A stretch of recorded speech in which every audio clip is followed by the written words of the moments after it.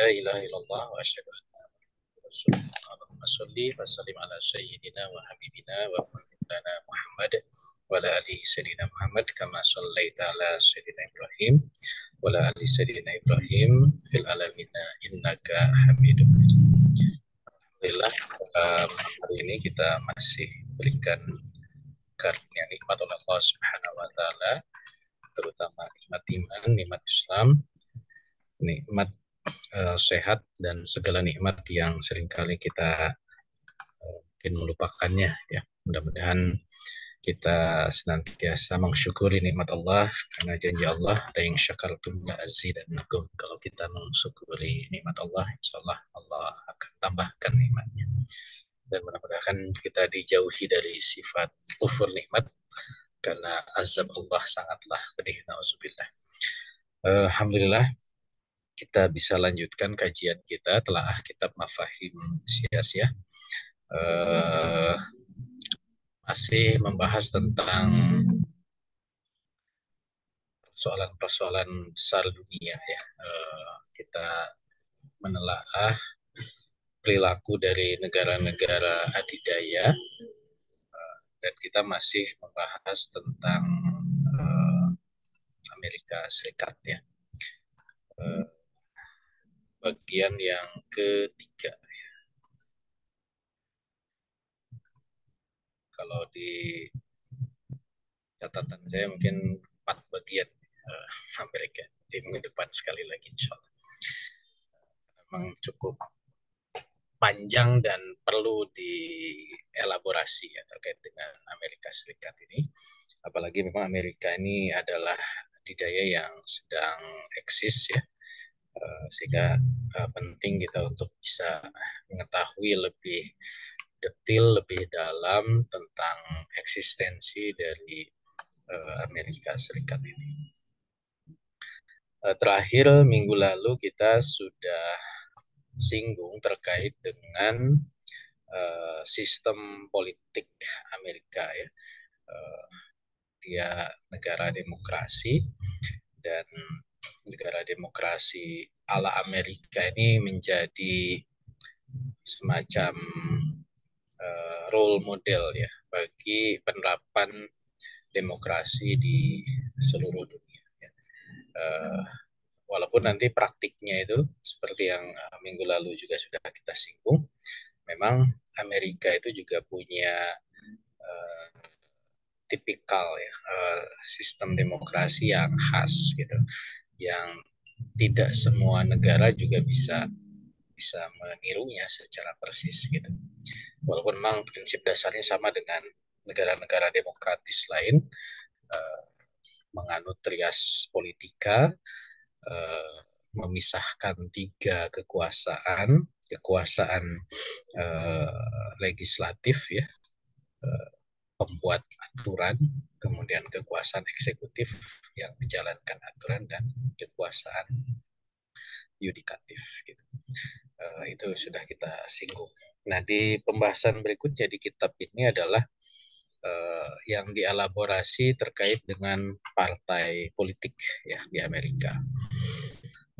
Di kitab ini memang langsung membahas ada 2 partai politik utama yang ada di Amerika Serikat ya, Partai Demokrat dan Partai Republik.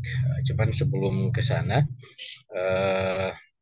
saya juga ingin berikan gambaran bahwa partai politik di Amerika itu tidak langsung mengerucut kepada dua partai politik yang disebut di dalam kitab ini dan juga yang dikenal oleh kita ya saat ini. Tapi dengan perjalanan historis dari keberadaan negara Amerika sejak tahun 1776,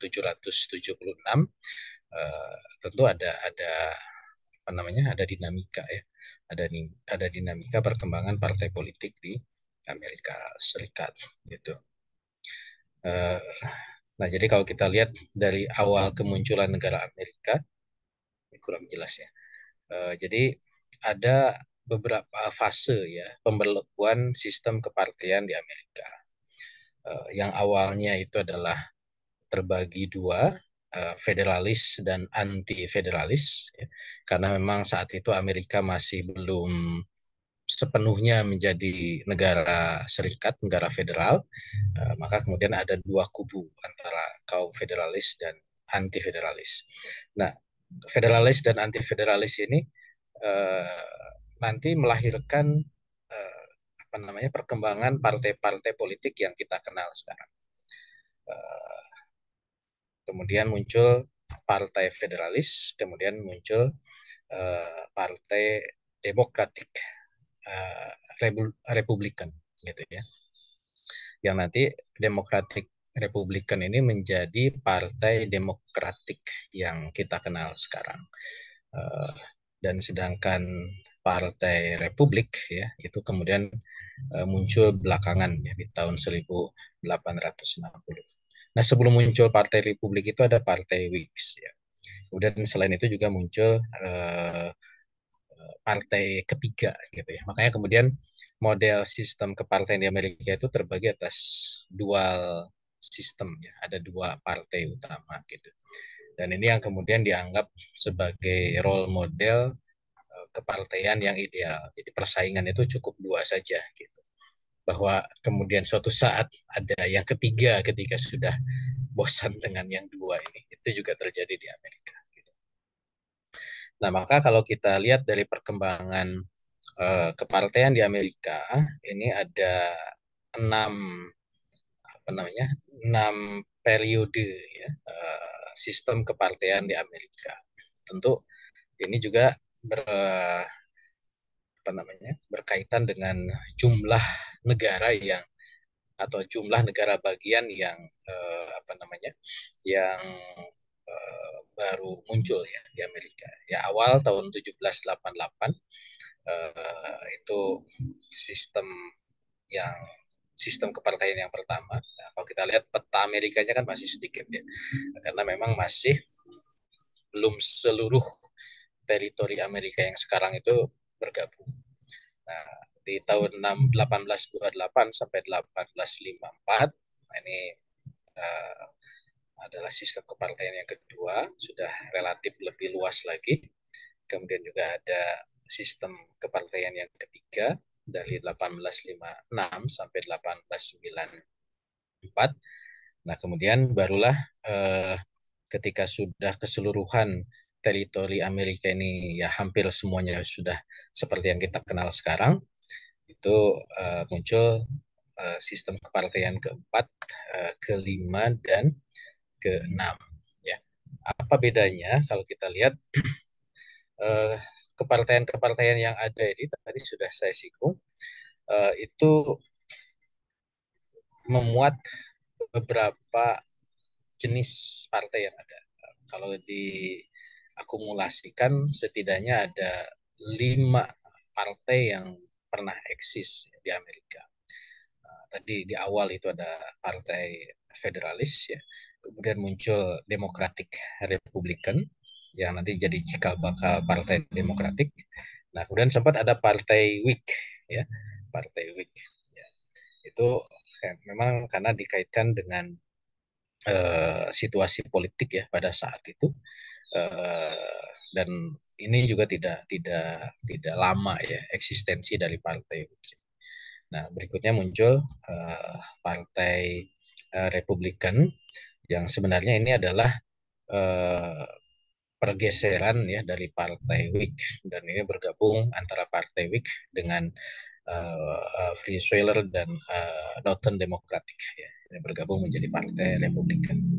Nah, ini yang kemudian beberapa partai yang sempat ada ya dan masih ada, dan dari kelima partai yang ada ini mereka juga memberikan kontribusi terhadap munculnya presiden ya dari partai tersebut.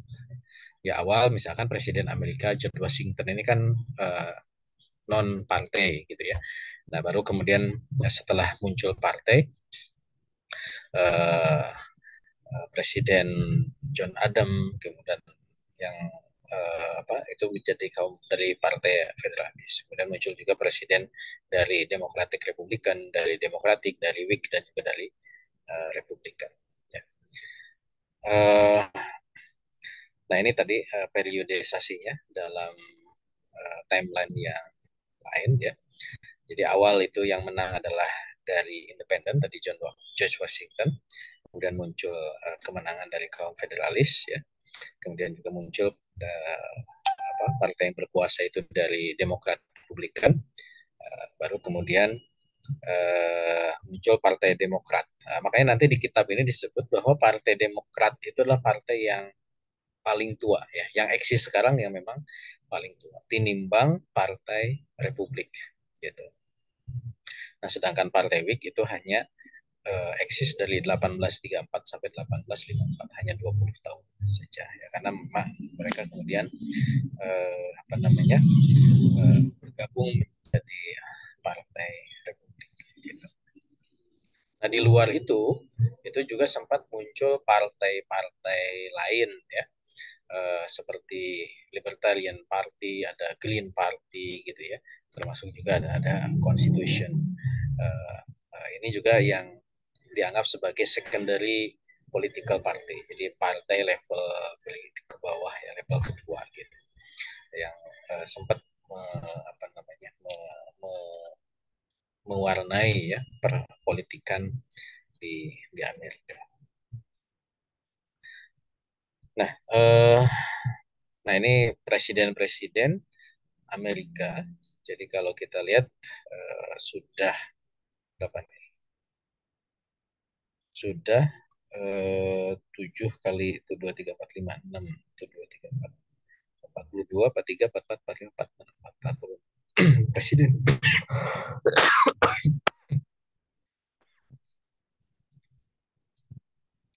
Amerika ya. Jadi, dan seperti yang saya singgung di pembahasan sebelumnya, jadi pola pemilihan presiden di Amerika itu sudah relatif stabil ya. Sehingga misalkan tidak ada kesempatan presiden Amerika itu dia menjabat 3 periode ya. Hanya pada saat Perang Dunia kedua saja presiden Amerika itu uh, dia menjabat 3 periode ya. Kalau kita lihat di timeline ini itu pada masa Roosevelt ya, itu dia satu-satunya presiden Amerika yang 3 periode ya. Yang lain itu ya, hanya 2, maksimal tuh 2 periode saja gitu. Uh, Makanya ini relatif sudah established ya dalam konteks pemilihan elit di Amerika gitu.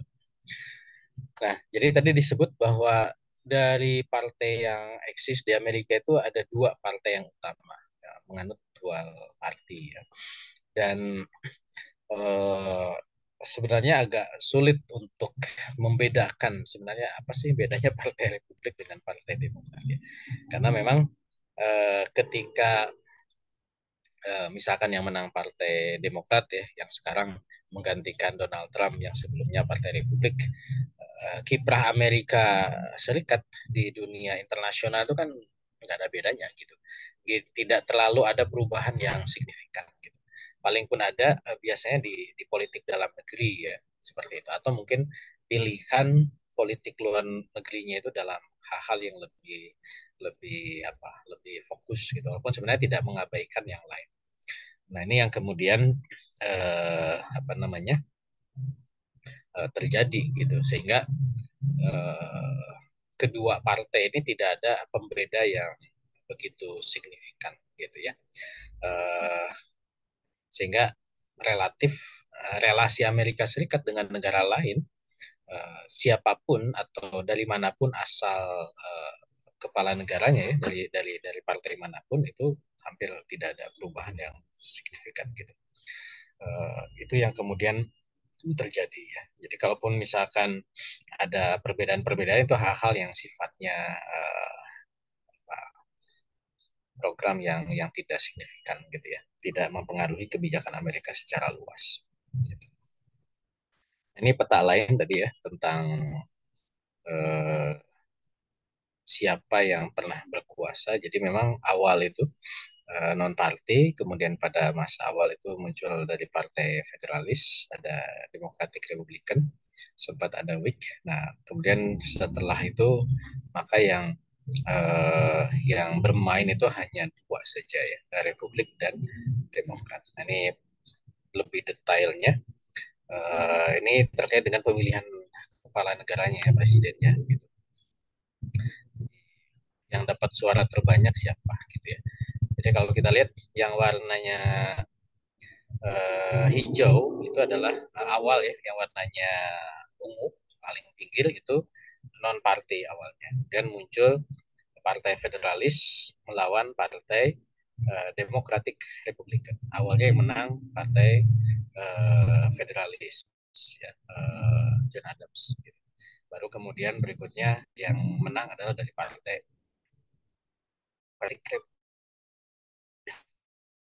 Jefferson, Madison, sampai James Monroe ya yang kita kenal, sampai John Adams, gitu, Quincy Adams. Baru kemudian muncul Partai Demokrat yang menjadi pemenang, itu melawan apa namanya Partai Nasional Republikan, walaupun Partai Nasional Republikan ini dia tidak pernah memenangkan pemilu ya, yang warnanya pink gitu. Nah, kemudian muncul Partai Whig. Nah, jadi kalau kita lihat yang biru ini, Partai Demokratik ini sudah muncul ya sedari awal gitu ya, dan terus dia mendominasi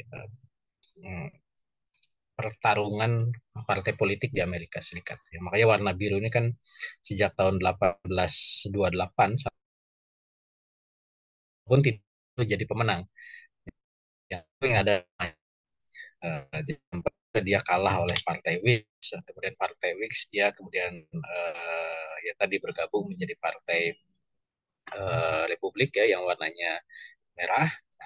Nah, kemudian sejak saat itu persaingan antara Partai Demokrat yang warnanya biru dengan Partai uh, yang warna.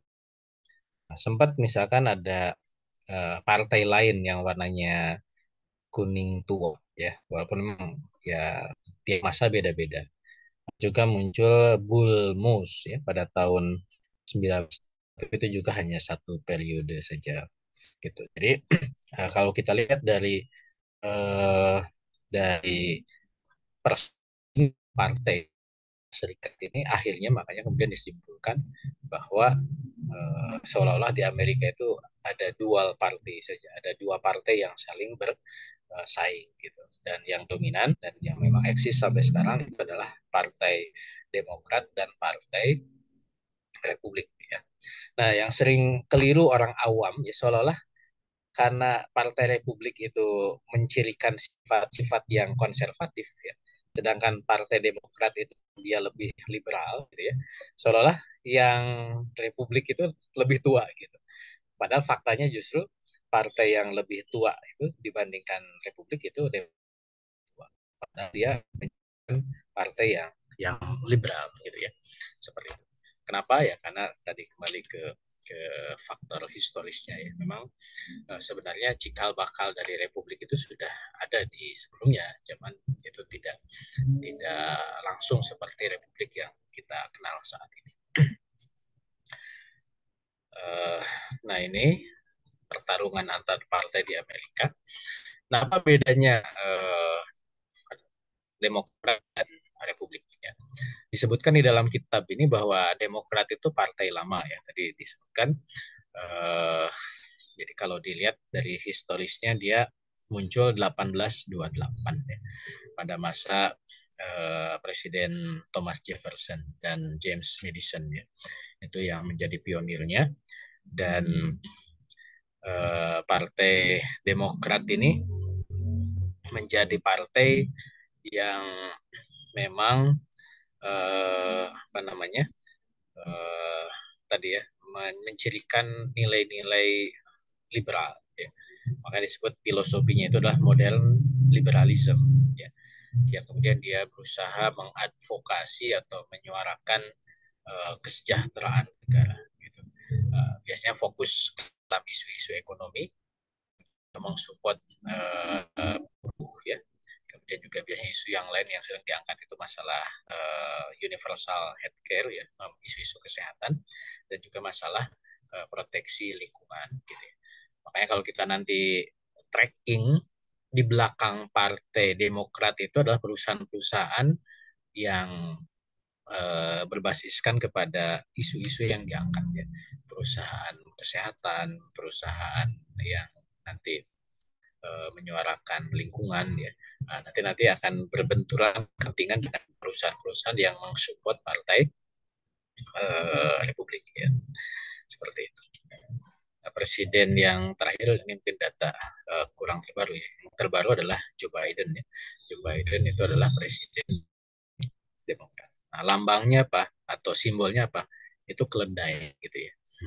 Memang agak unik juga ya menggunakan simbol keledai Partai Demokrat ini. Nah ini beberapa kurang begitu jelas ya. Gambaran historik ya dari Partai Demokrat, siapa tokoh-tokohnya, kemudian siapa yang pernah jadi presiden, dan beberapa yang juga terkenal presiden dari Partai Demokrat. Ya kalau yang terkini tadi ya, Joe Biden sekarang, sebelumnya Obama, sebelumnya Clinton ya. Di masa perang dingin ada John F. Kennedy ya. Pada masa perang dunia kedua itu justru yang mendrive partai dari Demokrat ya, Roosevelt gitu.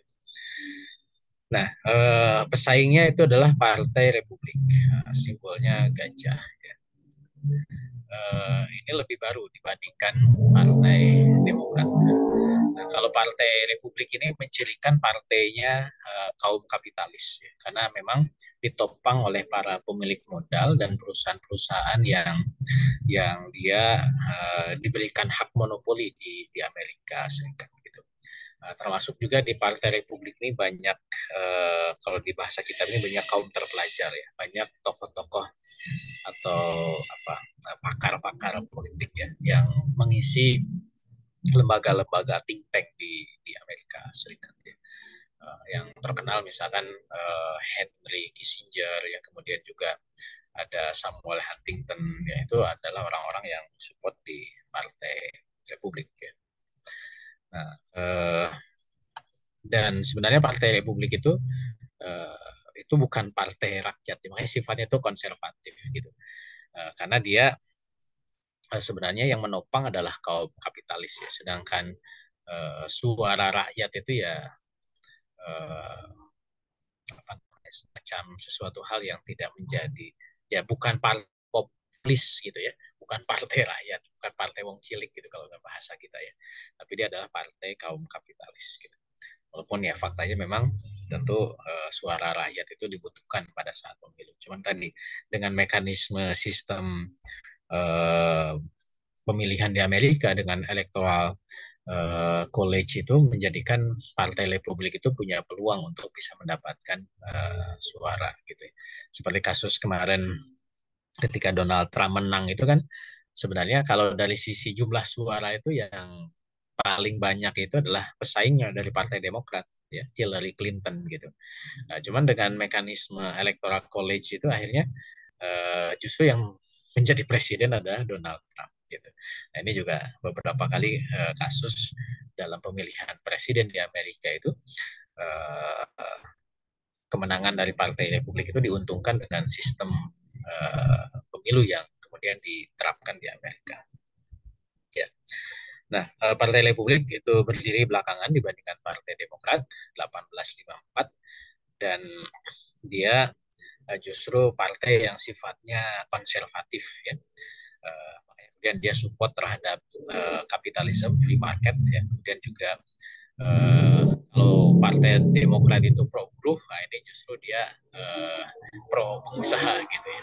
Nah, sehingga misalkan upah buruh dan seterusnya itu menjadi isu.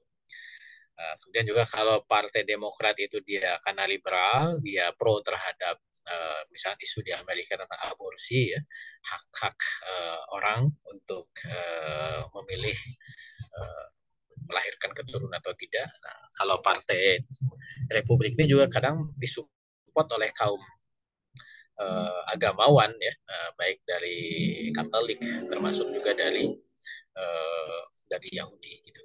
Makanya kalau di tracing ke afiliasi agama, Partai Demokrat itu banyaknya dari Protestan ya. Walaupun tidak selalu. Sedangkan Partai Republik itu dari kaum Katolik gitu. Makanya isu-isu tadi ya aborsi, isu-isu kemudian pernikahan sesama jenis gitu ya, itu menjadi isu-isu yang ditentang ya, walaupun tidak selalu juga oleh Partai Republik gitu. Nah, sedangkan Partai Demokrat dia karena liberal, isu-isu aborsi kemudian LGBT itu mereka sangat support gitu. Nah ini tipikal dari Partai Republik ya. Nah, presiden terakhir dari Republik ya ini Donald Trump ya. Amerika karena pemilihan per 4 tahun ya, tahun depan itu akan ada pemilihan lagi. Dan ya sekarang sesuai dengan tahapan yang kemarin kita sempat singgung, itu adalah apa namanya ya ada tahapan-tahapan yang sebelum nanti ke pemilihannya itu sedang ditempuh gitu, masih di tahapan di konvensi di partai masing-masing. Nah ini tentang Partai Republik. Ini sekilas sejarah, walaupun mungkin tidak terlalu jelas ya. Nah Partai Republik itu juga terkenal dengan partai yang mendorong perang ya. Contoh misalkan pada masa George Bush, baik George Bush senior ataupun George Bush junior, ya. Kemudian pada masa Ronald Reagan. Nah, cuman tadi jangan keliru juga. Tadi yang saya sebut bahwa pada saat Perang Dunia Kedua justru presidennya itu adalah Roosevelt ya dari Demokrat gitu. Jadi tidak selalu juga bahwa kalau presidennya dari Republik itu Amerika cenderung perang gitu ya.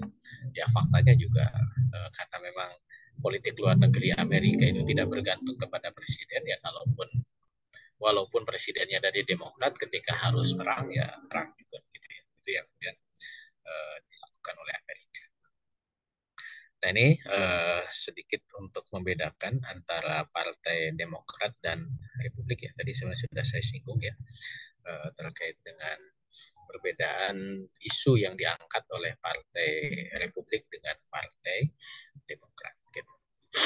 Nah, intinya bahwa kalau Demokrat itu dia liberal, ya isu-isunya isu ke yang soft power biasanya. Nah kalau Republik itu dia konservatif, isunya itu lebih ke isu-isu yang hard power. Ya, walaupun ya tadi praktikanya kadang-kadang ya saling melengkapi saja. Dan ini sebenarnya hampir dengan peta yang tadi ini dalam konteks persaingan antara Republik dengan Demokrat. Ya. Jadi kalau kita lihat memang seperti bergiliran ya, antara Republik dengan Demokrat gitu. Kadang yang merah itu yang Republik ya, yang biru itu yang Demokrat. Gitu. Nah, Demokrat sempat lama pada saat perang ya, perang dunia pasca perang dunia 1 sampai pasca perang dunia kedua. Dan juga ya beralih ya terus berganti dari Demokrat dan Republik gitu. Mungkin ada semacam apa ya ingin variasi juga ya Amerika itu. Jadi ketika Republik masyarakat jenuh bosan gitu ya akhirnya Demokrat gitu.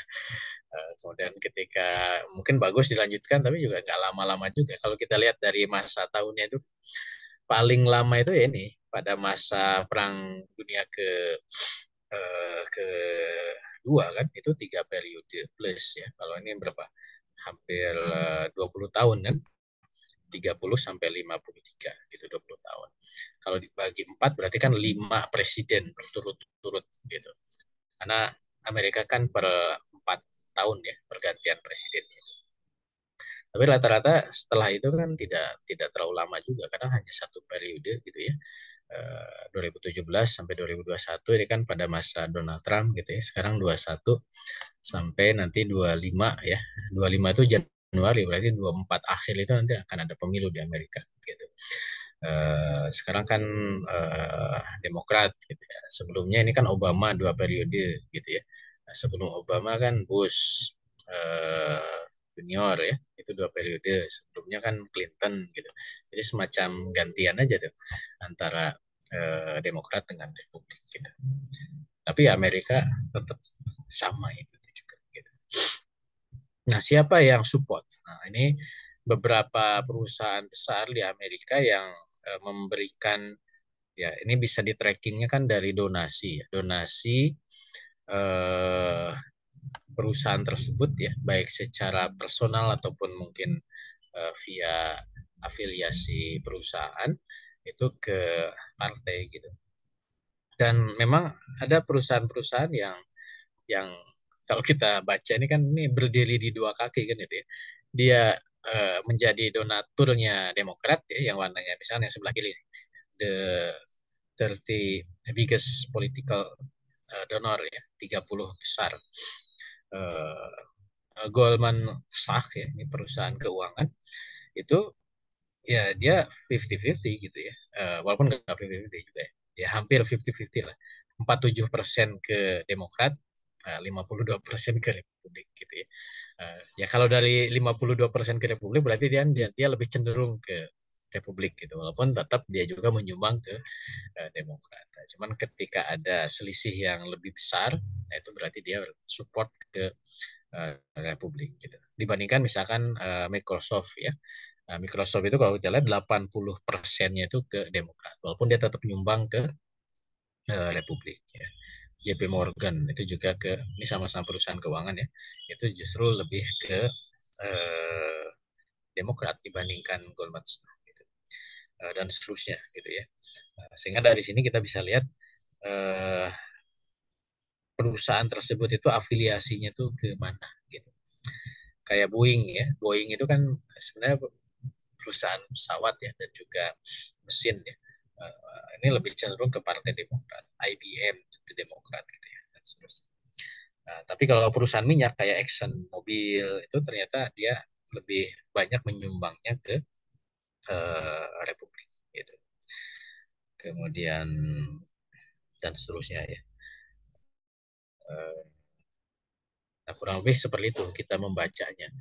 Sehingga kita melihat bahwa perusahaan ini support ke partai mana itu dilihat dari sumbangannya. Walaupun tadi bahwa dia bermain di 2 kaki, ya, karena tetap dia harus menjaga ya apa namanya.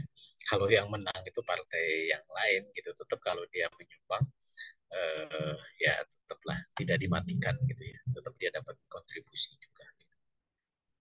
Dan pola ini juga sebenarnya di Indonesia kan dilakukan gitu ya.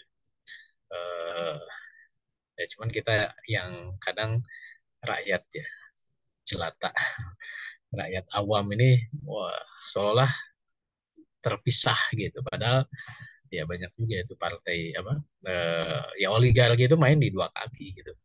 Karena dia tetap harus menjaga eh, kepentingannya, bisnisnya, perusahaannya, siapapun yang menang. Gitu. Cuman nanti kan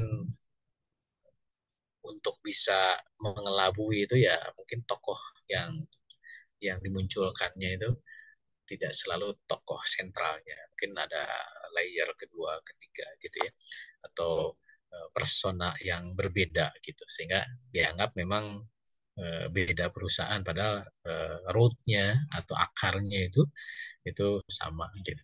Makanya di sinilah memang dalam politik itu kita harus betul-betul membekali diri dengan kemampuan uh, uh, analisis ya. Makanya di kajian dulu ya kita Afkar Siasi ya, mungkin masih ingat setahun 2 tahun lalu ya. Itu betul-betul dibekali gitu cara menganalisis itu seperti apa gitu dalam konteks politik ya, sehingga politik itu harus punya kemampuan seperti melihat di balik dinding ya, tidak tidak terpukau terhadap fakta yang dinampakkan di depan mata gitu. Tapi di balik itu kita harus ngerti polanya, ngerti historisnya, ngerti motif dan seterusnya gitu. Ini penting kita sebagai seorang politisi punya kemampuan semacam itu. Nah ini juga kurang lebih sama cenderungan partai tersebut lebih dekat ke mana gitu ya. perusahaan itu lebih dekat ke partai mana. Nah, kalau kita lihat dari brand-brand yang kita kenal lah ya, situ ada Burger King, ini kan semua list apa, list boykot ya dalam kasus Palestina. Nah, ini ada Dunkin Donat, itu lebih ke Demokrat gitu ya, sama-sama Amerika juga gitu.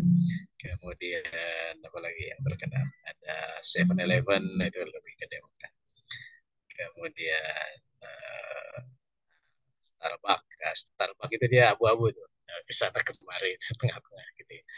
Nah, Burger King, McD, kemudian Pizza Hut, gitu. Kemudian Ford ya, perusahaan otomotif, kemudian lagi yang terkenal ya, dan seterusnya gitu ya, itu yang merah itu termasuk Toyota. Toyota itu perusahaan Jepang ya, cuman ya tentu karena dia juga punya kepentingan ya untuk bisa memasarkan produknya di Amerika, dia juga ternyata lebih dekat ke Partai Republik gitu ya. Nah, ini ya. Dan inilah yang menjadi ciri khas ya dari demokrasi Barat gitu. Makanya kenapa namanya itu kapitalisme gitu. Karena politik itu memang ditopang oleh para pemilik modal, dan pemilik modal itu basisnya adalah perusahaan ya. Jadi mereka berbisnis itu butuh keleluasaan bisnis, dan itu adalah regulasi. Regulasi itu siapa yang buat, itu adalah pemerintah gitu. Makanya support dari pemilik modal ke pemerintah itu suatu keniscayaan dalam sistem kapitalis gitu. Sehingga nanti regulasi yang dibuat itu harus memberikan ruang terhadap bisnis yang mereka bangun gitu. Itulah negara-negara demokratis kapitalis itu selalu begitu gitu. Dimanapun, dan itu menjadi role model ya, menjadi model yang diikuti termasuk juga di Indonesia. Makanya dengan slogan kedaulatan rakyat, kepentingan rakyat, ya itu mah apa, tipu-tipu aja gitu. Makanya ada kitabnya yang mungkin sudah dibedah juga ya, tentang demokrasi itu. Jadi ya inilah penting kita untuk membangun kesadaran di tengah-tengah masyarakat bahwa di balik demokrasi ya, ini kan di Indonesia lagi zaman pemilu ya, kampanye ya itu ya tipu-tipu lah gitu. Di balik itu ya tentu kepentingan ya, kalau orangnya personal kan, si orang pengen jadi caleg gitu ya. Nah, itu jadi lapangan pekerjaan baru kan gitu buat dia, penghasilan baru buat dia. Tapi bahwa ada pemodalnya itu dipastikan begitu. Dan kenapa pemodal itu harus memodali ya, karena mereka punya kepentingan agar bisnisnya itu berjalan gitu. Baik di level paling rendah gitu ya, sampai nanti level negara gitu. Baik, itu jadi makanya model kepartean di Amerika juga tidak lepas dari pengaruh dari ya, kalau dilihat dari, kalau tadi kan perusahaan individual ini tentu dia punya paling terkenal misalnya George Soros ya, dia adalah supporting dari Partai Demokrat ya. Arus sumbangannya gitu ya. Dan dia menyalurkannya itu dengan berbagai nama ya. Baik ada yang langsung kepada sebuah eh, kebijakan ya, PIC itu, atau mungkin dia melalui apa, funding ya, melalui dana-dana yang disalurkan oleh pemerintah gitu. Misalkan ada Congressional Leadership Fund, dana yang nanti support kepada proses ya, pelatihan atau kepemimpinan di Kongres. Ada Senate Leadership Fund gitu ya, dan seterusnya gitu. Uh, Makanya memang tidak melulu dana itu apa namanya, penyaluran dana untuk mekanisme demokrasi itu ya dana gelontoran gitu. Bisa saja itu melalui apa namanya ya, Ya, kalau kita di sini kan sumbangan ke masjid gitu ya, sumbangan beasiswa dan seterusnya gitu. Ya modelnya kurang lebih begitu, polanya sama. Gitu. Uh, ini salah simpen ya. Nanti mungkin ini di yang lain. Nah itu tentang partai uh, politik ya, yang ada di Amerika. Jadi intinya ada dua partai utama, Partai Republik dan Partai Demokrat, gitu. Dengan tipikal yang tidak terlalu jauh berbeda, tetapi masing-masing ini punya ciri khas ya, walaupun tentang bahwa mereka mengatur Amerika ya dengan pola yang sudah baku ya. Dan mereka saling bersaing satu sama lain, dan di belakang mereka itu ada kaum kapital ya, seperti itu. Uh, nah, disinggung berikutnya di paragraf berikutnya adalah terkait dengan saya kasih judul politik ekonomi ya. Jadi Amerika itu juga memang karena dia negara kapitalis itu dikuasai oleh tadi ya para pemilik modal gitu.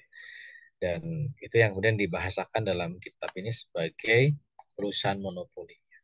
Jadi ada perusahaan-perusahaan yang memang dia diberikan hak penuh ya untuk menguasai atau memonopoli eh, apa namanya bagian bisnis tertentu gitu ya. Walaupun memang mereka kemas ini sebagai free market ya, pasar bebas ya, kebebasan untuk bersaing gitu. Tapi dengan kolaborasi antara pengusaha dengan penguasa ya, makanya kemudian pola monopoli ini bisa dibangun karena memang muncul kebijakan-kebijakan yang mensupport terhadap bisnis mereka. Gitu. Misalkan di internet gitu ya, kenapa sih Google kan ada pesaing lain sebenarnya, misalkan ada dulu Yahoo ya, ada Opera macam-macam, walaupun masih ada sih, cuman ya dengan support dari perusahaan tersebut, terlepas bahwa memang perusahaan itu dia punya kemampuan untuk mengembangkan dirinya ya, tapi ketika kolaborasi dengan penguasa itu membuat dia ditopang oleh kebijakan-kebijakan yang mensupport perusahaan. Nah, ini contoh beberapa perusahaan monopoli yang ada di Amerika ya. Internet, sosial media, ya, kemudian juga proses pembayaran ya dengan kartu Visa, gitu. Teknologi Microsoft, kemudian uh, transportasi gitu. Kereta itu Indian Railways gitu.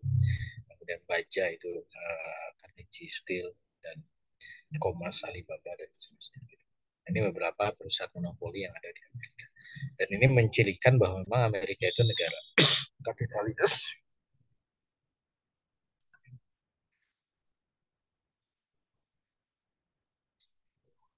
Nah, memang ada pergeseran ya dari tahun ke tahun dengan juga perkembangan teknologi ya, perkembangan zaman, bahwa perusahaan monopoli di Amerika itu ya tidak selalu sama ya. Karena memang di setiap zaman itu ada bisnis yang naik turun atau mungkin mereka berubah ya, leveling perusahaan. Ya dulu misalkan di tahun 1917-an ya itu ada US Steel ya, ada American Telepon. American Telepon itu masih bertahan sampai tahun 67-an, tapi di tahun 2017 ketika telepon itu dan telegraf itu sudah tidak dipakai lagi teknologinya, ya perusahaan itu juga menjadi menurun.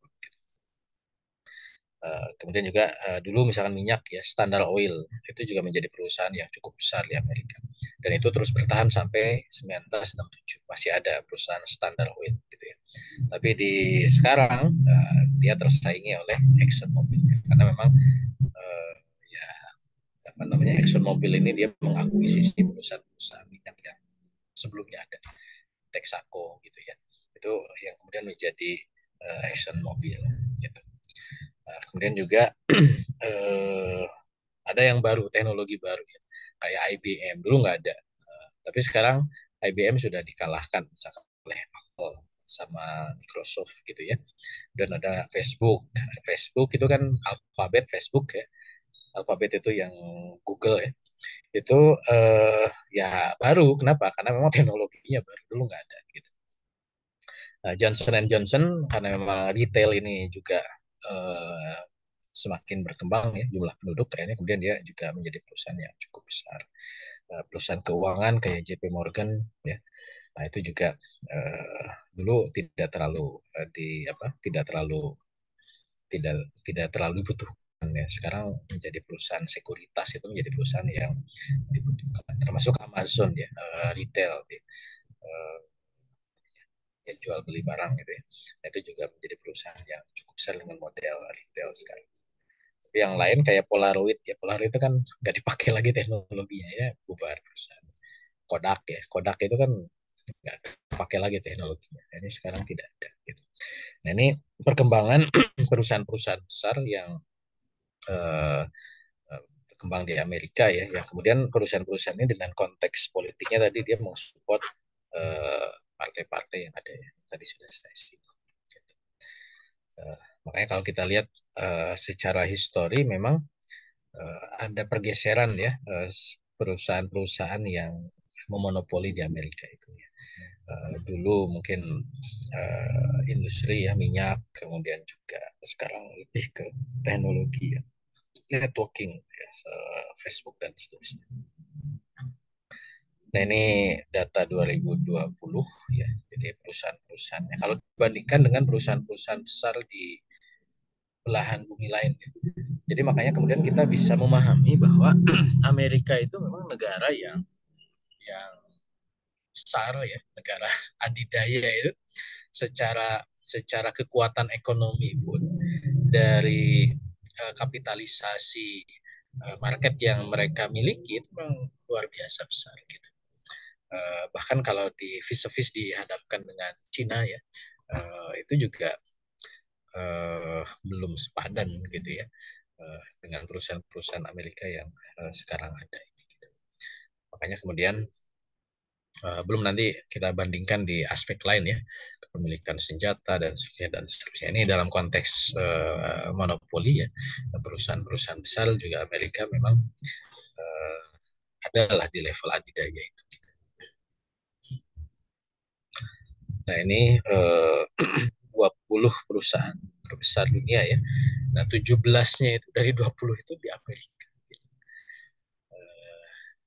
Perusahaan besar. Kayak Saudi Aramco ini kan Amerika dan Arab ya. Jadi bukan Arab saja tapi Amerika. Makanya Aram itu kan Arab and America Corporation gitu. Kayak Freeport lah ya. Freeport itu kan PT Freeport Indonesia. Ya, Amerika sih gitu. Kemudian Microsoft, Alphabet ya, Google, Amazon, nah itu kan semuanya punya Amerika. Dan seterusnya gitu. Makanya kemudian wajar kemudian Amerika itu menjadi negara adidaya yang juga mengontrol ya, perekonomian dunia. Kalau kita petakan di basis masing-masing negara bagian, jadi sebagai maklumat saja, di mana sih pusat dari perusahaan tersebut gitu ya. Nah Apple itu kan di California ya, belahan barat Amerika. Kemudian Amazon, Nike itu di sebelah barat. Sedangkan Exxon itu di Texas ya, di tengah negara bawah. Kemudian di timur itu apa yang terkenal ya Johnson Johnson itu di timur ya. Lockheed Martin ya, itu mesin ya di timur. General Electric juga, General Motor itu di timur gitu. Jadi kalau kita lihat dari peta Amerika itu, ini juga menunjukkan bahwa persebaran industri di Amerika itu merata gitu ya. Ya kalau kita bandingkan Indonesia gitu ya, Sumatera, Kalimantan, Sulawesi, ya, makanya semua kan di Jawa. Gitu. Ini kan juga menjadi pelajaran ya bahwa negara adidaya itu dia harus juga bisa punya kemampuan untuk mendistribusikan kekuatan ekonominya secara merata di negara tersebut. Gitu. Walaupun di Amerika ini ada beberapa negara bagian yang warnanya abu-abu ya, berarti di situ tidak ya belum muncul lah yang menonjol gitu. Tapi sudah merata di berbagai belahan negara bagian di Amerika Serikat gitu. Nah, ini juga menjadi PR ya, supaya nanti kekuatan negara adidaya itu memang ditopang secara merata gitu, tidak tidak hanya di tersentral ya di bagian-bagian teritorial tertentu.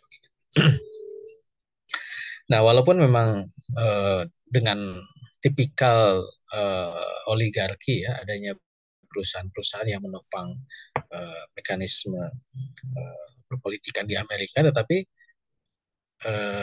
ya bukan muji ya, eh, apa namanya ya, bagusnya gitu ya, mereka bisa mengemas sehingga rakyat itu menikmati haknya sebagai warga negara gitu. Sehingga mereka eh, ya membiarkan kapitalisme itu berlangsung, walaupun ya sudah ada kritikan-kritikan ya dari pihak-pihak yang merasa tidak puas, pihak-pihak yang merasa memang terlalu dominan ya kaum kapital, ya memang kapitalisme pasti begitu ya. Nah, tetapi secara keseluruhan bahwa rakyat Amerika itu merasa bahwa mereka apa namanya diurusi gitu ya. Nah, itu juga yang saya dengarkan oleh ada teman yang memang pernah lama tinggal di Amerika itu. Ya, ya dalam tanda kutip lagi ya. Bagusnya itu ya karena memang pemerintah itu ngurusi rakyat gitu. Contoh yang diceritakan ke saya itu misalkan tentang jalan. Kalau di Indonesia itu kan sering muncul keluhan. Ya, saya pernah ke beberapa tempat lah ya di Indonesia. Sumatera dulu misalkan ya, Bang Azhar. Saya pernah dari Medan ke Sibolga, ke Padang Sidempuan, itu lewat Tarutung. Itu ya kita menemukan jalan yang ya jalannya tuh nggak kelihatan jalannya gitu. Di jalan atau apa gitu, lumpur gitu. Lebih parah lagi kan di Kalimantan. Di Kalimantan Tengah itu, saya misalkan dari eh, Bun ya, dari apa Sukamara ke arah Pangkalan Bun, Pangkalan Banteng ya, Kalimantan Tengah. Itu ya betul-betul jalan itu lumpur gitu, nggak ada jalan dan itu lama gitu dengan alasan tanah gambut lah macam-macam gitu. Ya termasuk juga pembangunan ya, jalan kereta misalkan di Kalimantan kan nggak ada ya. Di Sulawesi untuk bikin kereta dari Makassar ke Parepare itu sampai sekarang nggak beres-beres gitu.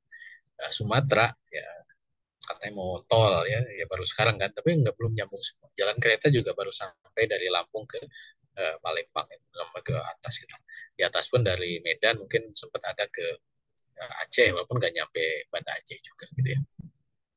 Tidak merata gitu. Nah kalau di Amerika itu koneksi antar negara bagian itu sudah sudah dibuat gitu ya, dengan jalan yang memadai gitu ya. Kemudian juga highway, jalan tol kalau kita yang tidak berbayar besar dan ya dibuat gitu, diurusi gitu ya. Nah itu yang kemudian ya mungkin karena memang mereka ya tentu punya dananya. Yang kedua tadi eh, korupsi itu ya tidak menjadi, kalau kita kan sudah jadi budaya ya. Kalau di Amerika kalaupun ada itu sanksi terhadap koruptor itu keras gitu ya. Bahkan tadi mereka strict untuk membatasi jabatan presiden. Gitu. Bahwa nanti mungkin kaum kapitalis itu tetap ingin melanggengkan perusahaannya, ya mereka tetap taat aturan gitu ya, dalam tanda kutip. Ganti presidennya, tidak memaksakan anak presiden dijadikan wapres misalkan, kayak di satu negara itu, dengan mengubah undang-undangnya, mengubah tata caranya gitu. Ya mereka ya sudah, tinggal nanti siapa kader berikutnya, support saja gitu. Tidak memaksakan ke tokoh tertentu dan keluarga tertentu gitu. Nah, itu eh, ada politik dinasti dalam tanda kutip ya. Misalkan yang terkenal kan dinasti Kennedy ya. Keluarga Kennedy itu dia memang keluarga politisi di Amerika. Bahkan sampai sekarang terus bertarung. Tapi ya fair gitu ya, dalam tanda kutip. Ketika dia harus ikut konvensi di level partai, kemudian bersaing di level negara bagian, sampai nanti masuk ke level negara Amerikanya sendiri di federal, itu ya mereka bersaing gitu, tidak karena memang dia dinasti tertentu akhirnya kemudian disupport habis-habisan oleh perusahaan tertentu gitu. Nah ini dewasanya dalam tanda kutip. Saya kayak muji-muji terus ya, Amerika Serikat gitu. Nah, salah satunya juga yang didapatkan ya dari warga negara itu adalah hak dan kewajiban ya. Dan ini yang menjadikan Amerika itu sebagai negara impian ya bagi orang-orang yang mereka bermigrasi ya dari negara asal ke Amerika. Freedom of speech, freedom of religion, assembly, petisi kepada pemerintah, dan untuk membela diri ya, bela arms, kemudian juga dan seterusnya. Walaupun ya di sisi lain memang ada hipokrit ya, standar ganda juga di Amerika Serikat. Itu memang jadi PR juga ya buat Amerika Serikat untuk betul-betul membangun apa namanya integrasi sosial yang sempurna gitu. Nah makanya kemudian dengan indeks ya kan hak warga kedaulatan rakyat itu ya Amerika ukur dengan apa namanya Global Democracy Index ya. Dan ini memang kerjaan Amerika tuh karena dia punya nilai demokrasi, dia coba ukur negara-negara dunia itu eh, indeks demokrasinya itu seperti apa gitu. Walaupun dia juga kutip ya fair gitu bahwa Amerika memang tidak full demokrasi ya. Jadi tidak biru pekat gitu ya. Dia masih puji negara-negara Skandinavia ya di Eropa Utara, termasuk di situ ada Kanada yang dianggap negara yang sudah sangat demokratis gitu ya. Amerika itu ya dia tidak terlalu pekat birunya walaupun dia sudah demokratis gitu ya. Dan dia juga ukur negara-negara di negara lain ya tingkat kedemokrasian. Indonesia itu sudah flow demokrasi, ya. Sudah mengarah kepada nilai-nilai demokrasi yang benar gitu ya. Sudah on the track gitu. Indonesia, India gitu ya, negeri Muslim ini. Filipina gitu. Tapi lebih mending atau lebih bagus demokrasinya di Malaysia gitu. Kalau di Asia Tenggara ya. Tapi negara-negara kayak Cina ya Timur Tengah gitu. Bahkan beberapa negara yang sedang konflik ya. Yaman, kemudian Suriah, kemudian Afghanistan yaitu yang merah tua itu. Nah, itu ya disebut sebagai negara yang masih otoriter gitu ya. Ya memang demokrasi itu di vis a vis dihadap-hadapkan dengan otoritarianisme ya seperti itu. Termasuk juga negara apa kayak Rusia itu sebetulnya ya otoriter walaupun ya demokratis gitu ya. Ada yang masih hibrid gitu kayak negara-negara di Eropa Timur, beberapa negara di Afrika ya. Jadi bergeser antara otoriter ke arah demokrasi. Nah dengan begini menunjukkan bahwa memang ini versi Amerika tentunya ya. Rakyat Amerika itu sudah mendapatkan hak-haknya gitu walaupun memang tadi mereka adalah negara kapitalis. Nah, kalau kita lihat juga bahwa proses demokratisasi di Amerika itu kan ratingnya ya itu tidak stabil ya. Bukan tidak stabil, ya naik turun lah, dinamis gitu ya. Walaupun tetap bahwa mengarah kepada ya bahasa mereka ya kesempurnaan dari demokrasi nilai yang satu itu gitu. Terus kalau dirincikan ya dari indeks demokrasinya dilihat dari proses pemilihan, partisipasi, kemudian egaliternya, liberalnya itu memang berbeda-beda.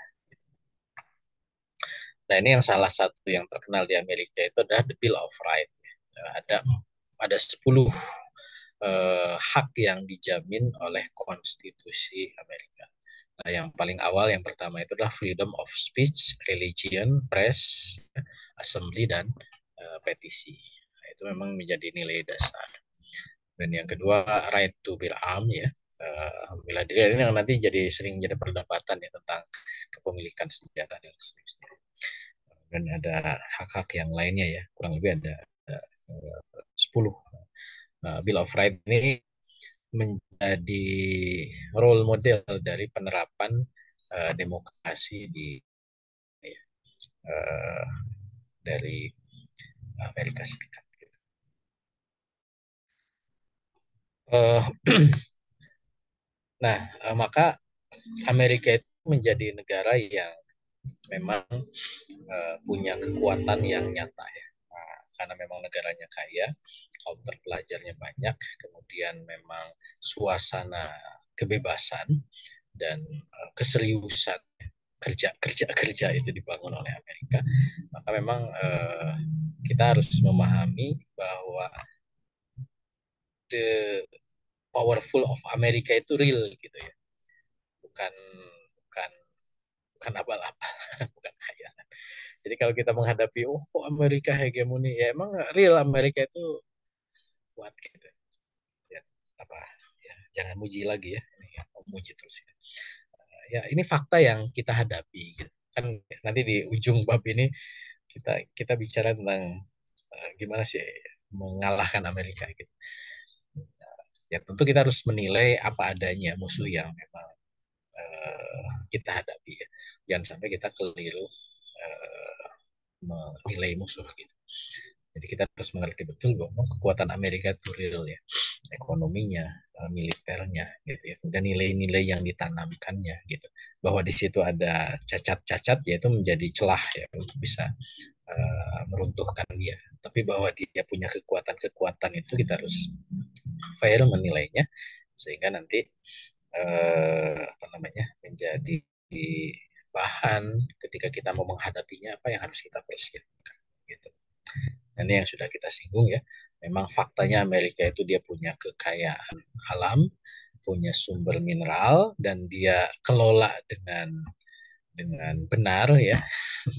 Beda kayak kita. Kita Indonesia tuh punya kekayaan alam, cuman kan dikeruk habis, diambil di ya mudah-mudahan masih ada. Dulu Amerika pernah mengalami eksploitasi daya alam ya pas awal-awal ya, emas macam-macam ya sebagian mungkin sudah habis. Tapi ketika kesadaran bernegaranya itu muncul, Amerika itu sekarang tuh mereka menghemat ya sumber daya alam yang mereka miliki gitu. Makanya mereka lebih suka mengeksploitasi negara lain gitu ya. Ngambil emas di Freeport, nah, emasnya mereka awet-awet gitu. Mengambil minyak di Timur Tengah, minyak yang ada di Amerika mereka jaga gitu. Nah, itu karena ada kesadaran itu gitu. Makanya ketika ada perang sumber daya alam itu ya Amerika ngambil di negara-negara lain. Gitu. Sedangkan negara dia dia jaga, dia tetap hijaukan, dia tetap apa namanya pelihara gitu. Untuk apa? Untuk modal gitu. Ketika kalaupun terjadi apa-apa dia punya kekuatan untuk bertahan gitu ya. Gitu. Nah, termasuk juga tadi apa, intelektual ya. Ini sekedar gambaran saja. Jadi tentu kalau kekayaan alam oke gitu ya. Tapi ini masalahnya adalah intelektual. Salah satunya misalkan bicara aja ya. Ranking university di dunia ya. Tentu dengan berbagai apa namanya? Cara penilaian ya. Jadi kalau kita lihat dari 20 top university di Amerika di tahun 2019 itu 1, 2, 3, 4 itu ya Amerika ya. MIT, Stanford University, Harvard University, California Institute of Technology itu di Amerika. Gitu. Berikutnya ada Chicago, ada Princeton, Cornell, Yale, Columbia, gitu. Nah, berikutnya kan ada Inggris, ada Swiss, misalnya ada Singapura nih, gitu masuknya. Tapi ya ini menjadi aset kepada sumber daya manusianya ya. Setidaknya dilihat dari kualitas perguruan tingginya. Gitu. Tentu kualitas yang nanti melahirkan ilmuwan, baik ilmuwan teknologi, politik, ya, kemudian sosial. Ya. Tentu kalau bicara sakofah beda, karena memang ini kapitalis ya. Nggak ada nih jurusan bahasa Arab misalnya, atau sakofah Islam gitu ya. Tapi dalam konteks science and technology, ya Amerika itu memang menguasai itu. Nah, kalau ini jumlahnya dari 20 universitas terbaik di dunia, 63-nya itu dari 200 ya, itu ada di Amerika. Jadi dia kalau 200 berarti hampir sepertiga perguruan tinggi terbaik itu di Amerika. Gitu. Berarti kan dia betul-betul menyiapkan sumber daya manusianya ya, untuk menjadi tulang punggung negara adidaya itu. Level 2 Inggris, kemudian Jerman. Gitu. Makanya ini juga menjadi wajar ketika negara-negara tersebut masuk ke level adidaya. Indonesia nggak ada. Dari 200 nggak ada Indonesia. Singapura masih mending ada 2 tadi ya. Gitu. Jumlah sekolah. Ini bandingkan aja ya. Jadi total jumlah sekolah di Amerika ada 132.000 sekolah. Mulai dari elementary, SD ya, secondary, ya, dan seterusnya. Universitas di Amerika itu ada 5.300 universitas. Ini saya bandingkan di Indonesia. Indonesia itu 4.000 ya, kurang lebih.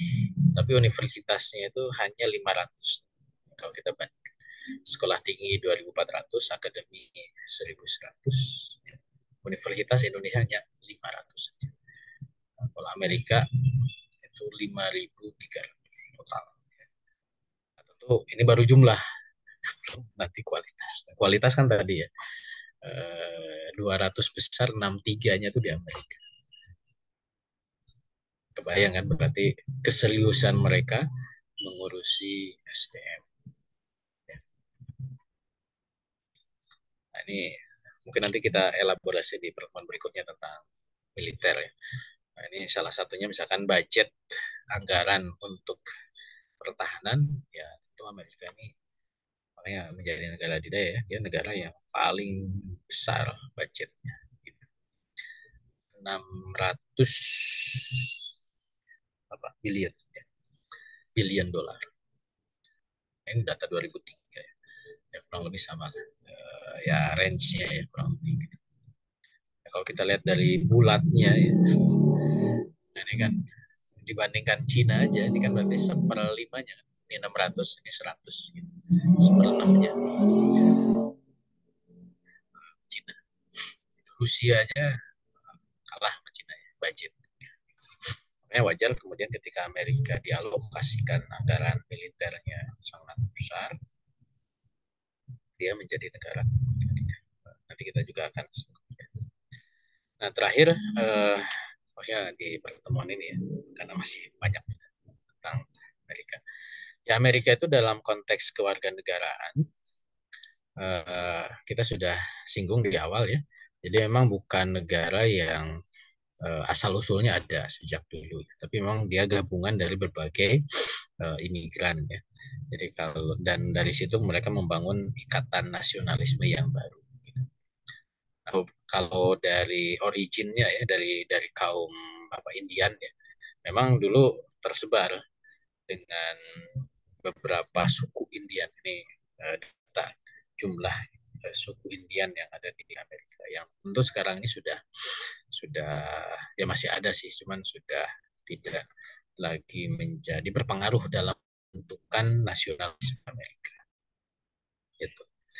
Jadi kalau dipetakan dari American Nation ya, dari tadi ya,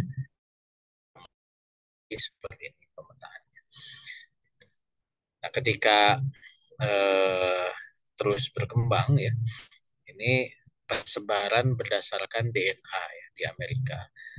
Makanya kemudian nanti ada tipikal DNA di Amerika yang berbeda-beda ya. Karena memang bergantung kepada imigran yang datang, kemudian mereka berkembang biak di sana gitu ya, dan kemudian juga melakukan ya tahan dan seterusnya gitu ya. Nah kalau sekarang dengan adanya proses migrasi ini, makanya kemudian tercampur tuh, ada yang dari Asia ya, ada yang apa namanya kulit hitam, negroid ya, ada Hispanic yang memang itu keturunan Spanyol gitu ya. Kemudian ada yang natif Amerika, tadi bangsa Indian, dan juga ada yang dari white itu dari Eropa, dan ada yang multi etnik ya. Di situ memang campuran. Nah, jadi persebarannya kalau di Amerika itu berarti yang white itu dominannya di Amerika tengah ke timur gitu. Nah, yang berkulit hitam itu di timur ke arah tenggara. Sedangkan di arah barat Amerika itu dominannya multi etnik. Gitu. Nah, yang orang Indian itu masih ada di daerah tengah-tengah gitu ya. Seperti ya, Hispanik itu yang dekat dengan Meksiko gitu. Jadi kurang lebih ini peta persebaran eh, bangsa Amerika berdasarkan asal migrasi mereka. Gitu. Nah, jadi kalau kita lebih detailkan lagi ya, kalau tadi kan persebarannya ya, kalau ini dominannya gitu. Makanya memang akhirnya yang putih kan dominan di mana-mana. Tapi ada beberapa titik yang memang di situ dominan hitam ya, kulit hitam. Ini kalau dilihat kalau ini per distrik ya, per distriknya gitu. Jadi di distrik ini tetap kulit putih itu menjadi dominan. Tapi di distrik tertentu itu ada yang dominannya itu kulit hitam, yang warnanya biru. Kemudian yang Hispanik yang warna hijau. Nah, yang Indian itu Indian apa Asia ya, Cina itu juga cukup banyak tuh di daerah California di titik-titik tertentu, tapi tidak terlalu banyak ya, hanya 2 distrik saja. Eh, ya sisanya kulit putih. Nah, apa yang menjadi pengikat kebangsaan Amerika? Ya tentu nilai-nilai baru ya. Itu muncul setelah Amerika melakukan memenangkan peperangan dengan Inggris ya. Makanya momentumnya itu di 1812 itu perang antara Amerika dan Inggris dan berhasil mengusir Inggris dari benua Amerika. Gitu. Maka disitulah muncul apa yang disebut dengan nasionalisme benua Amerika. Ya. Uh, mereka apa namanya memunculkan persatuan untuk melepaskan diri dari keeropaan mereka, ya. Membangun nasionalisme ala Amerika. Dan dengan nasionalisme Amerika itu mereka membangun simbolis nasionalisme, simbol nasionalisme. Kalau saya sering menyebutnya ritual nasionalisme, gitu ya. Bikin simbol, bikin lambang, bendera dan lambang negara dan seterusnya, yang itu menjadi identitas baru dari warga negara Amerika. Sehingga sesiapapun yang pindah menjadi warga Amerika, mereka mendapatkan hak-haknya seperti yang tadi sudah disebutkan, termasuk juga mereka meyakini nasionalisme baru yang mereka bangun. Nah, itu memang tampak di lambang negara mereka atau Great Seal. Kalau kita kan di burung Garuda gitu ya. Nah, ini seal Amerika, eagle ya, elang, karena memang itu burung yang dominan di sana. Kemudian ada uh, olive branch ya, apa olive ya, olive ya, minyak minyak, uh, itu 13 olive, 13 helai daunnya. Kenapa 13? Karena memang 13 negara bagian awal gitu, dari 13 dulunya. Nah, kan dulunya pembentukan Amerika itu 13 negara bagian gabung gitu. Termasuk ada 13 row ya, anak panah, termasuk juga ada 13 strip merah putih. Kenapa semuanya 13 gitu ya? Ya karena memang termasuk bintang ya, juga di atas itu ada bintang, jumlahnya 13 gitu. Nah, beda dengan bintang di bendera itu ada 50. Nah, karena sekarang jumlahnya 50 negara bagian. Tapi 13 negara pendiri awal Amerika Serikat itu dimunculkan, dipertahankan gitu. Nah, kemudian ada apa slogan. Ya, kalau kita kan Bhinneka Tunggal Ika. Kalau di Amerika itu ada E Pluribus Unum. Artinya apa? Bhinneka Tunggal Ika. Sama. Eh, out of many ya. Banyak one tapi satu gitu. Kenapa banyak ya? Karena tadi ada 50 negara bagian. Mereka satu Amerika. Ya, agak kemiripan juga tuh antara Bhinneka Tunggal Ika dengan E Pluribus Unum. Ya. Emang ya tadi banyak etnis gitu ya, banyak multi etnik, tapi mereka menyatukan dalam satu kesatuan negara. Gitu. Ada kemiripannya Indonesia.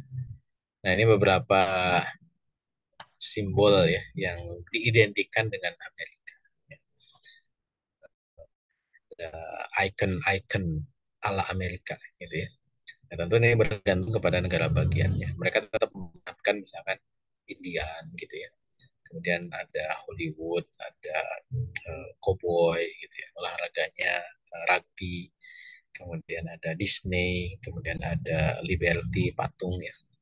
Uh, kemudian ya beberapa inilah tempat-tempat ikonik ya. Jadi kalau lihat benda-benda ini atau gambar apa simbol atau ya simbol-simbol ini berarti ini mencirikan Amerika gitu.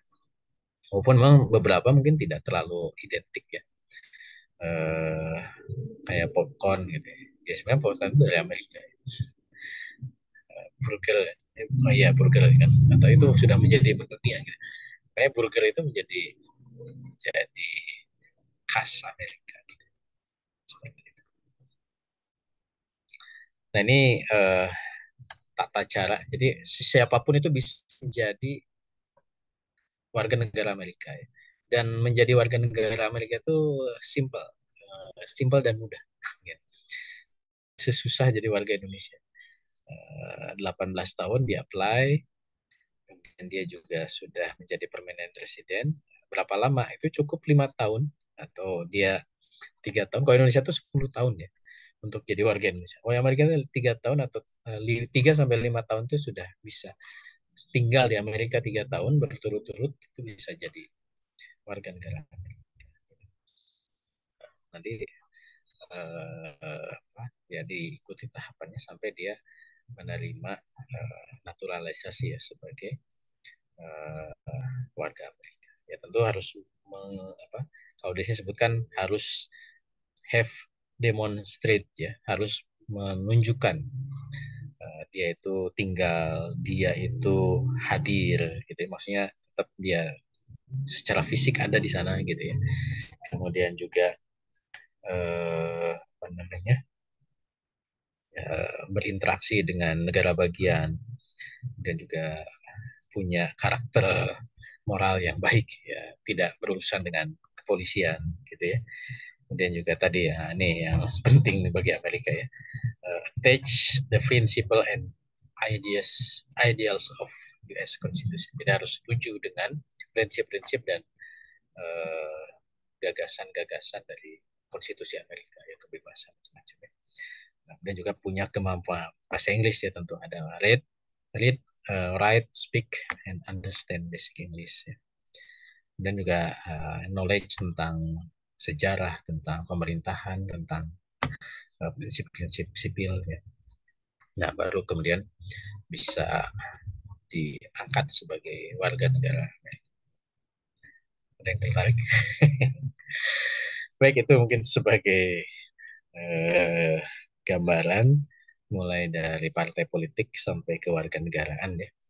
Nah, nanti di pertemuan berikutnya masih ada satu bagian terkait dengan politik luar negeri dan gambaran keadidayaan Amerika ya. Mulai dari mungkin sebagian sudah disinggung ya, militernya, media masanya, macam-macam. Nanti ada beberapa rincian mungkin salah minggu ya. Walau alam.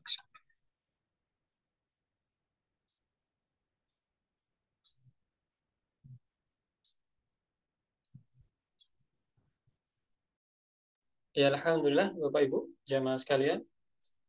Ini cukup menarik ya, bahkan banyak hal-hal yang boleh jadi baru kita ketahui atau yang memang bisa jadi memperkaya ya, atau merefresh juga bagi yang pernah mendapati data ini. Tapi bagi yang baru mendapatkannya, setidaknya ini menjadi tambahan maklumat buat kita untuk mengenali satu negara adidaya ini ya, yang hari ini masih berkuasa, masih bertengger, tidak ada negara lain yang bisa sementara ini untuk mengganggunya atau menggantikan posisinya. Alhamdulillah tadi juga beliau sudah menyampaikan ya berkaitan dengan politiknya, partai politiknya, kemudian sejarah dari kemunculan partai politik, dan juga ada kebijakan ekonominya dan peran para kapital ya ataupun oligarki di proses politik mereka, dan juga tadi kita bicara tentang kewarganegaraan ya. Ya alhamdulillah Bapak Ibu jamaah sekalian, ini memang diskusinya ini kita sudah masuk jam 9.30 ini. Jadi kami rasa memang ini cukup menarik. Kira-kira dari Bapak Ibu ini sesi tanya jawab kita buka. Silakan Bapak Ibu yang ingin bertanya, silakan kirimkan pertanyaannya, nanti akan kita bacakan atau kita minta Ustadz menanggapinya. Atau bagi yang ingin bertanya langsung, silakan juga bertanya langsung kepada Ustadz terkait dengan hal apa yang ingin ditanyakan ya. Oke. Ini Ustadz sebagai apa ya, kesempatan pertama lah setidaknya. Oh ya, ini sudah ada pula yang bertanya. Boleh, monggo Bu, Bu dari apa ini, Bu Persilia ya. Ya, monggo Bu.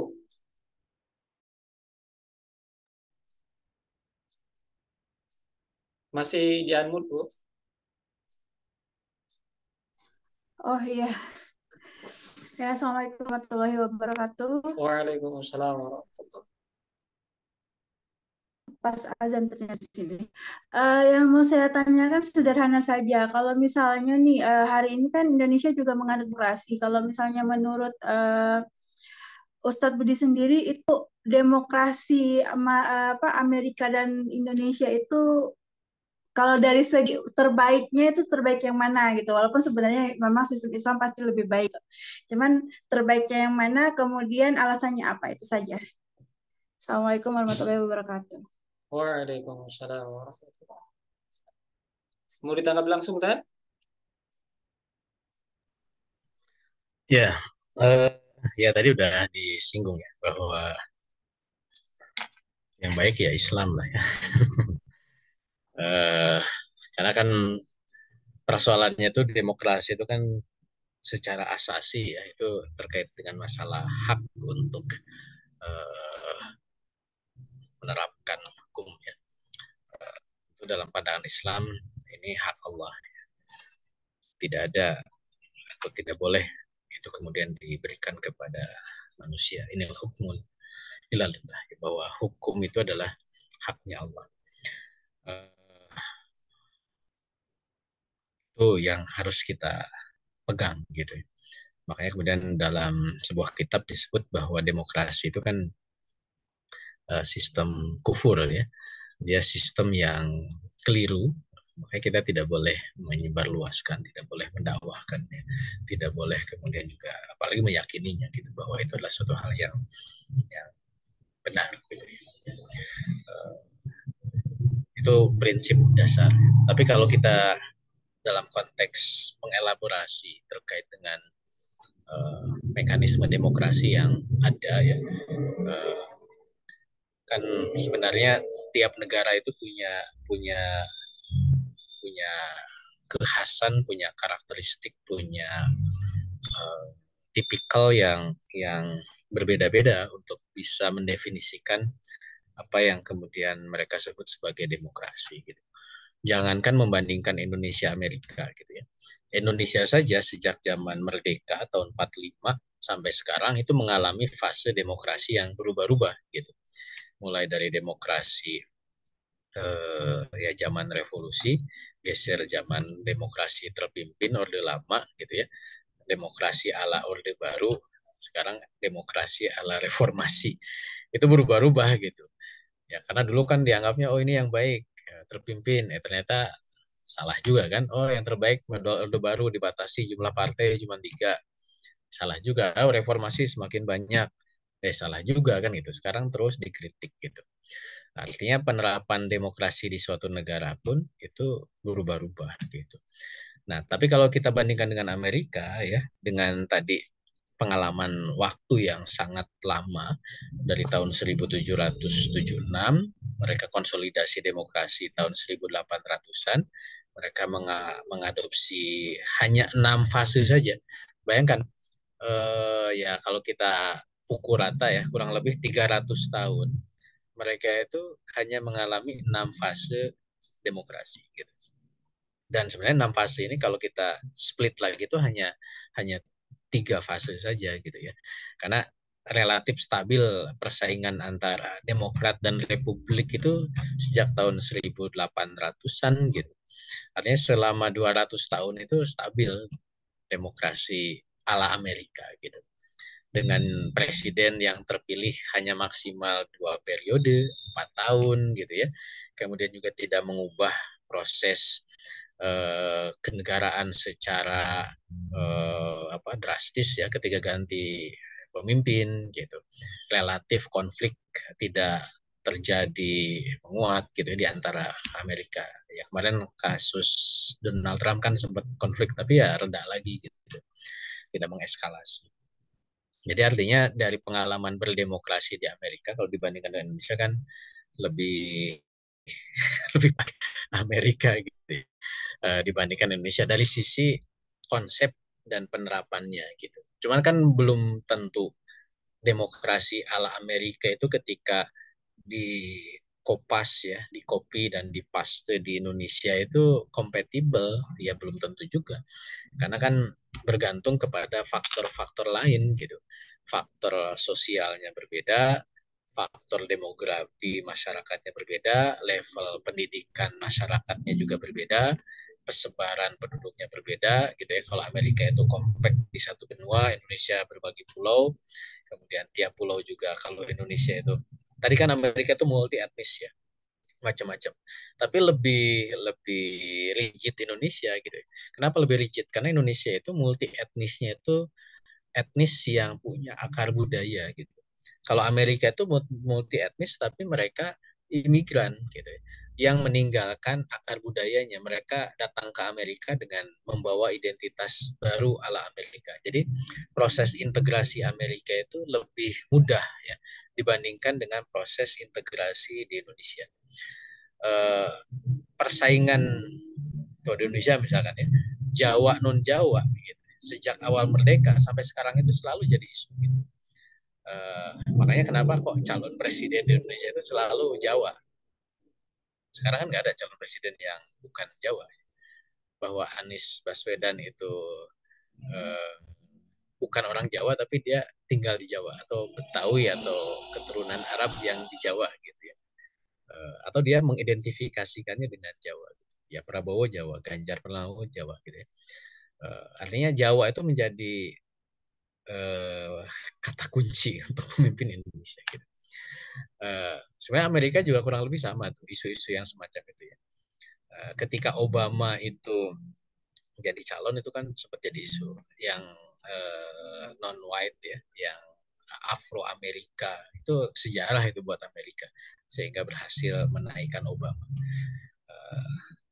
Cuman apa namanya itu juga butuh proses waktu yang cukup lama bagi Amerika untuk bisa menerima hal-hal yang sifatnya non mainstream gitu ya. Tetap stabilitas itu akhirnya kemudian dijaga oleh Amerika dengan karakter mainstreamnya. Di Amerika itu ada istilah white ya, Anglo-Saxon and Protestant. WASP ya. Jadi presiden Amerika itu harus memenuhi 3 kriteria itu. White ya, kulit putih, Anglo-Saxon. Anglo-Saxon itu berarti dia keturunan Inggris ya. Eropa daratan, bukan Eropa daratan, ya Inggris gitu ya. Kemudian Protestan, dari sisi agama itu harus Protestan. Makanya presiden yang Katolik itu relatif sedikit ya, apalagi yang Muslim, apalagi yang Yahudi gitu ya, itu nggak ada gitu ya, seperti itu. Ya kurang lebih ini juga tipikal yang sama kayak Indonesia kan, harus Jawa gitu ya. Dulu kan Jawa militer kayak gitu ya. Kalau sekarang kan mungkin tidak terlalu dominan, tapi yang Jawa itu masih harus laki-laki. Nah Amerika itu masih laki-laki, belum ada presiden Amerika yang perempuan. Makanya ketika kemarin Hillary Clinton itu kemudian hampir menang, bahkan menang secara suara, tapi kalah di Electoral College ya. Dia sebenarnya mau membuat sejarah baru. Tapi Indonesia kan mending ya dalam tanda kutip ya. Pernah punya presiden perempuan, walaupun itu juga nggak sengaja ya, bukan karena pilihan, Karena kan beliau Bu Megawati itu kan meneruskan pasca Gus Dur jatuh kan gitu ya. Ya itu juga kurang lebih sama. Mungkin presiden Indonesia masih belum juga bisa menerima calon pemimpinnya yang wanita sama dengan Amerika gitu. Jadi kalau balik lagi ke pertanyaan tadi, ya secara prinsipil demokrasi itu jelek ya. Saya harus tegas bilang gitu. Kemudian kalau membandingkan faktual Amerika dan Indonesia, karena memang Amerika sudah punya pengalaman dan dia justru yang mengindeksing demokrasi seluruh dunia ya. Ya tentu ya Amerika itu punya pengalaman dengan sistem demokrasi yang dia terima. Cuman catatannya adalah bahwa demokrasi itu tipikal ya. Jadi tidak bisa demokrasi ala Amerika itu dikopas ke Indonesia atau Indonesia mau kopas demokrasi ala mana gitu ya. Karena itu tipikal, pasti harus menyesuaikan dengan kultur, dengan sosial ya, dengan kondisi-kondisi yang ada di negara tersebut. Walau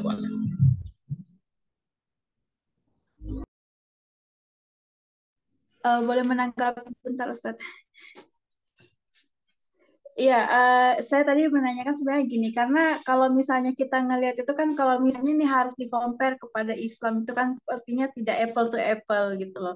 Karena kalau misalnya kita membahas demokrasi ini memang sebenarnya satu sistem yang cukup banyak menghabiskan ini ya, finansial negara gitu loh.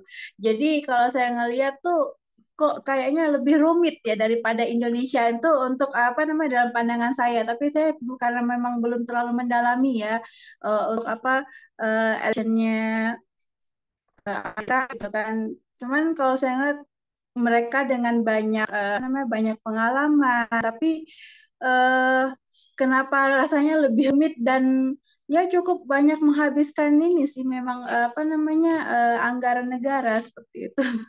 Oke, terima kasih Ustadz untuk tanggapannya. ya sama-sama. Yes, sedikit ya. Memang makanya kemudian demokrasi itu mahal gitu. Baik di Amerika ataupun di Indonesia itu sistem politik yang mahal gitu. Kenapa? Karena demokrasi itu kan mengejar partisipasi ya. Jadi dia ingin menunjukkan kedaulatan rakyatnya. Gimana cara bahwa rakyat itu berdaulat? Secara teori harus ada partisipasi. Gimana cara berpartisipasi? Berarti harus melibatkan rakyat, muncullah pemilu kan gitu ya. Nah, ketika melibatkan rakyat dengan mekanisme pemilu, pasti di situ keluar biaya kan. Ada biaya mulai dari persiapan ya, pendataan, kemudian nanti pas hari hanya pencoblosan, belum lagi nanti biaya non pemilunya apa kampanye dan seterusnya gitu. Belum lagi nanti kalau Indonesia misalnya pakai putaran 1, putaran 2 gitu. Wah harusnya nih 1 putaran menang biar hemat biaya. Ya harusnya jangan pakai demokrasi lebih hemat biaya. Nah, cuman tadi karena demokrasi itu ingin partisipasi ya akhirnya mereka harus keluarkan triliunan gitu ya. Kita bayangkan kan sekali pakai kan apa namanya nyoblos 1 kertas suara nggak boleh kemudian didaur ulang ya karena itulah surat suara surat negara 1 kali pakai uang gitu. Saya ingat dulu ketika Indonesia mencoba mengubah dulu kan ada penilaian dari UNESCO ya, ada leveling ini sekilas tentang pemilu ya, ada leveling kualitas pemilu itu kalau masih pakai alat ya, itu berarti masih level rendah. Nah, harus naik levelnya dari alat itu ke apa dari perkakas ke alat tulis ya pakai makanya dulu mungkin masih ingat ya ada pemilu dengan contreng gitu ya pakai pulpen kan sehingga dari nyoblos pakai paku berubah ke nyontreng pakai pulpen gitu sehingga level pemilih itu naik level tuh dari perkakas ke alat tulis gitu.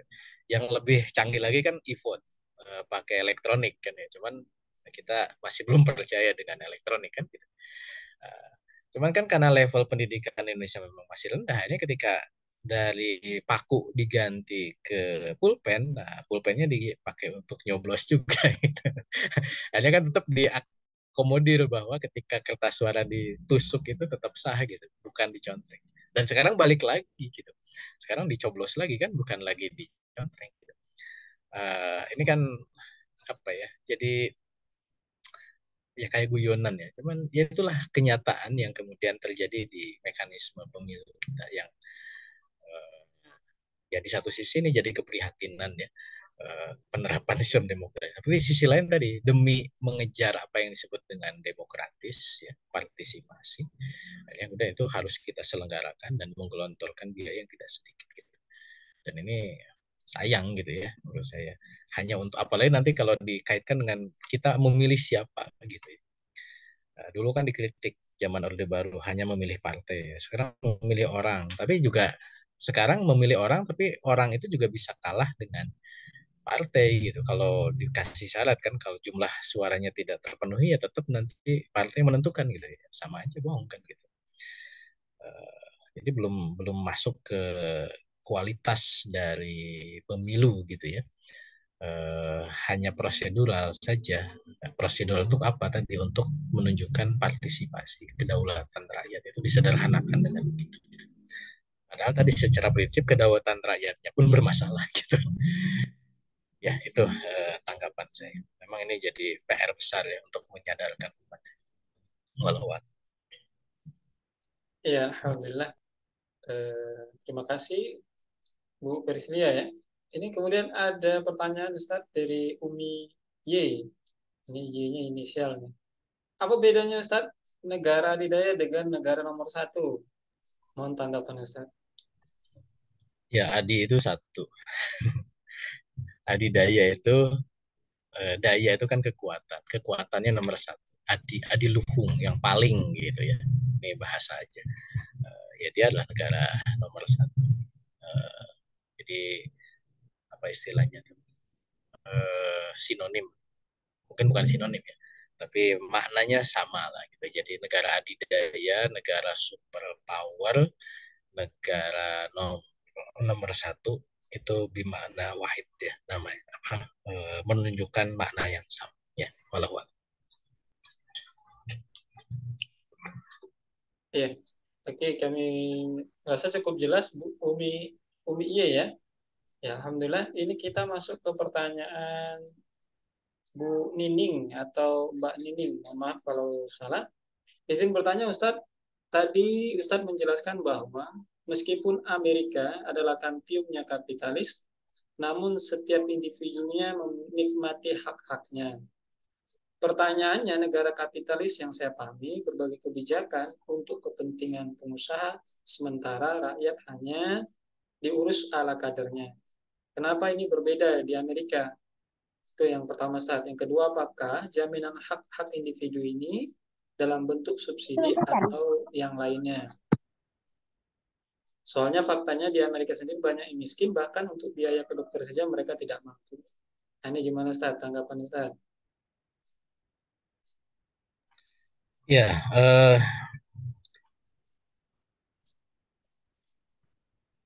ya tidak tidak bisa disebut ala kadarnya juga ya artinya bahwa apa namanya hal-hal yang sifatnya dasar ya itu kemudian diberikan di Amerika. Contohnya apa? Misalnya tadi ya jalan raya itu betul-betul diurusi gitu.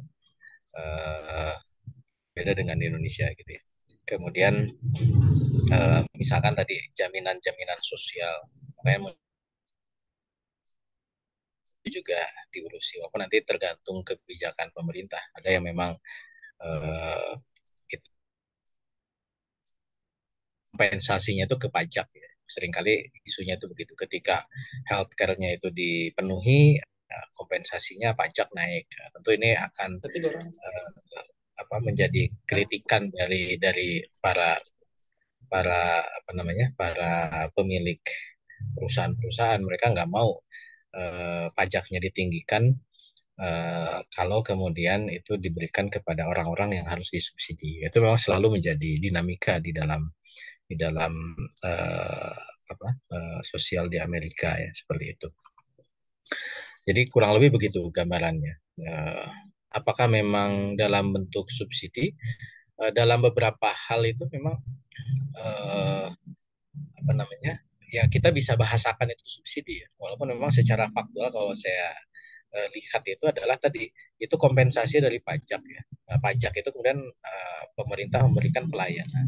Contohnya misalkan di sekolah negeri ya, sekolah elementary state itu ya free gitu buat citizen. Itu kenapa bisa free ya? Karena tadi ada pajak masuk. Ya kalau kita bahasakan itu subsidi ya kurang lebih sama. Kayak di Indonesia lah ya. SD negeri kan gratis gitu. Berarti kan ada subsidi gitu. Subsidinya dari mana? Tentu dari pajak. Kurang lebih itu sama ya dalam konteks itunya. Bahwa ada yang miskin, yang ke dokter saja tidak mampu, ya tentu ada. Karena memang eh, di Amerika itu kan dia negara federal. Ada memang negara-negara bagian yang jadi problem sosial ya, terutama tadi kalau lihat di demografi itu negara-negara bagian yang padat ya di daerah-daerah Amerika Tenggara ya yang tadi mayoritas kulit hitam dan Hispanik itu memang seringkali muncul problem sosial gitu. Eh, ya ini bukan bukan membela ya. Dalam konteks general Amerika secara keseluruhan itu memang itu relatif lebih lebih apa lebih baik lah ya dibandingkan dengan negara lain.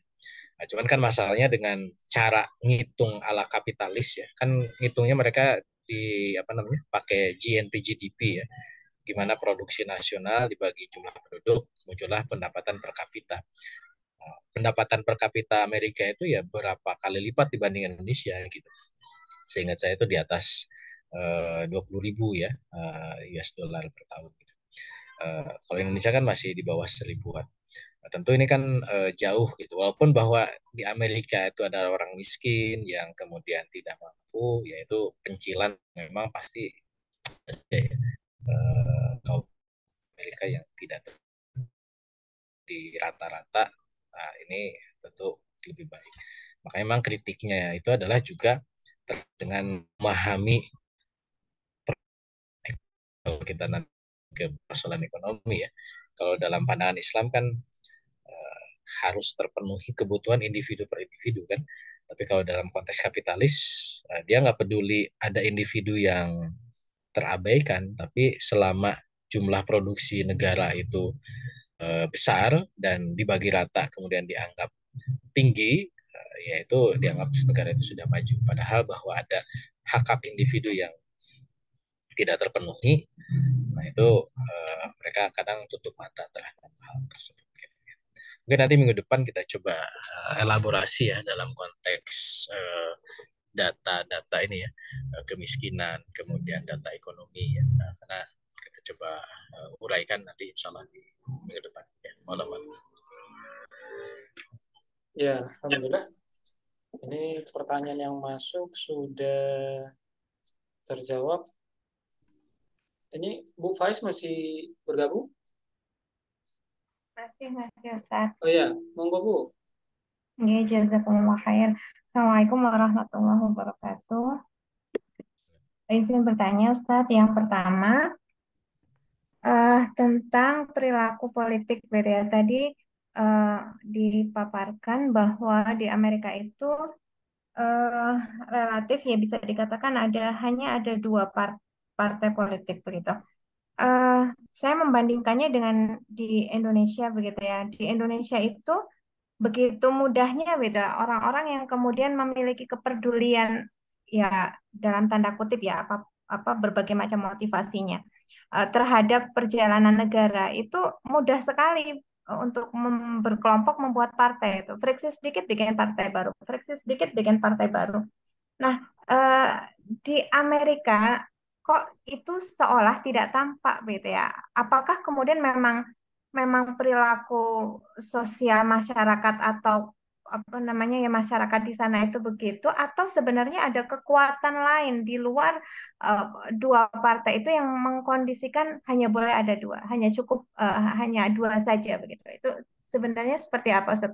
Ya dilihat atau kemudian kalau kita coba mendekatkan fakta di negeri ini gitu ya betapa di negeri ini itu bikin partai itu kayak kayak guyonan begitu, nggih. Jadi sedikit saja beda udah bikin lagi begitu sampai kita nggak hafal partainya apa saja begitu. Nggih, itu yang pertama, Ustadz.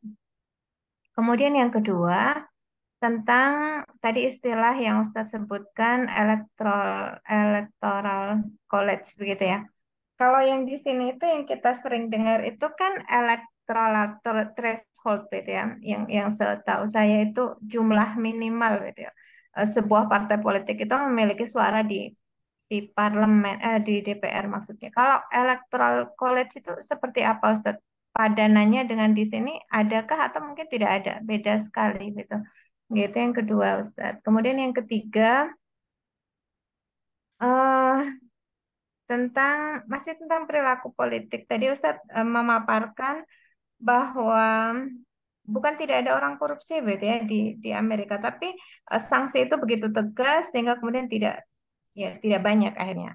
Nah, yang ingin saya tanyakan, kalau kalau kemudian kita mendengar selewatan gitu istilah kapitalis yang langsung ada di benak kita itu kan ya kelompok masyarakat atau taruhlah negara yang ambisius dan pragmatis menghalalkan segala cara untuk mencapai tujuannya begitu ya. Tapi kenapa kemudian justru realita negara kapitalis itu rakusnya itu tidak seperti di Indonesia ini sampai kemudian korupsi menggurita sebegitu rupa di sini. Eh, ini ada apa yang salah dengan Indonesia gitu. Oke, mungkin itu Ustaz tiga dulu. Jazakumullah khair. Assalamualaikum warahmatullahi wabarakatuh. Waalaikumsalam. Langsung Ustaz.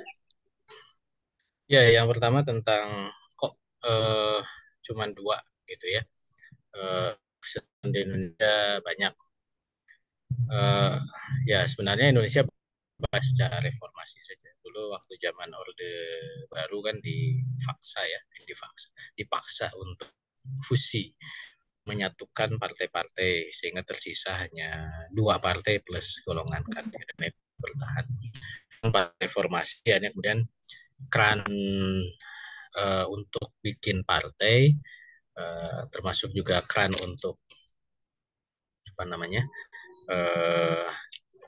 ya terlibat dalam partisipasi politik ya itu dibuka gitu, dan itu yang menjadikan bahwa akhirnya seolah-olah atau ya sepertinya mudah bikin partai, padahal ya nggak mudah juga karena kan di undang-undang partai itu ada syarat dan ketentuan gitu, kemudian juga ada proses verifikasi gitu ya, jadi apa namanya tetap harus ada aturan juga di Indonesia untuk bikin partai.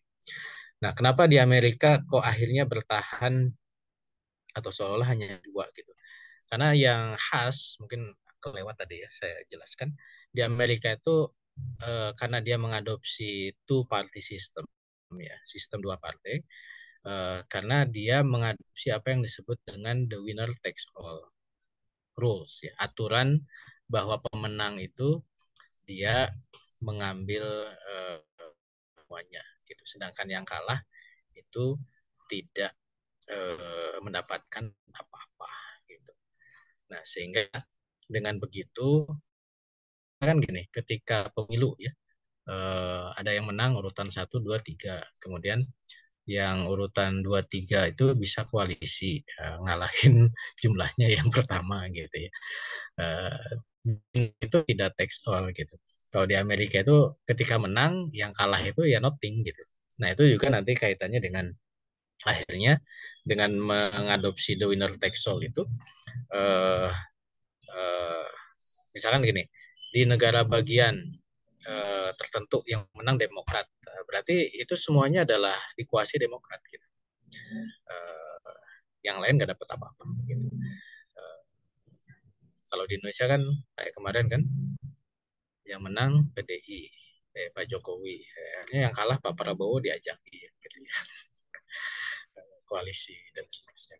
Kalau di Amerika ya Demokrat itu ketika menang ya dia sudah siapkan dengan segala perangkatnya, yang kalah ya udah nggak dapat apa-apa. Nah, itu yang kemudian melahirkan dengan iklim winner take all ini akhirnya ya yang bersaing yang teruji dan punya kemampuan gitu. Partai-partai baru itu kalaupun ya dibuka sebenarnya keran partai baru dan mereka boleh berkampanye, cuman ketika tidak punya infrastruktur politik ya karena memang baru, apalagi tidak punya modal yang cukup besar, ya dia akan kalah dan ketika kalah nggak bisa apa-apa gitu. Makanya ini juga ya plus minus ya. Dari sisi menjaga stabilitas bagus dalam tanda kutip ya, bagus buat Amerika. Kemudian juga dari sisi partisipasi seolah-olah sudah partisipasi, cuman kan ruang perubahan itu menjadi berat gitu ya buat partai-partai yang baru gitu di Amerika.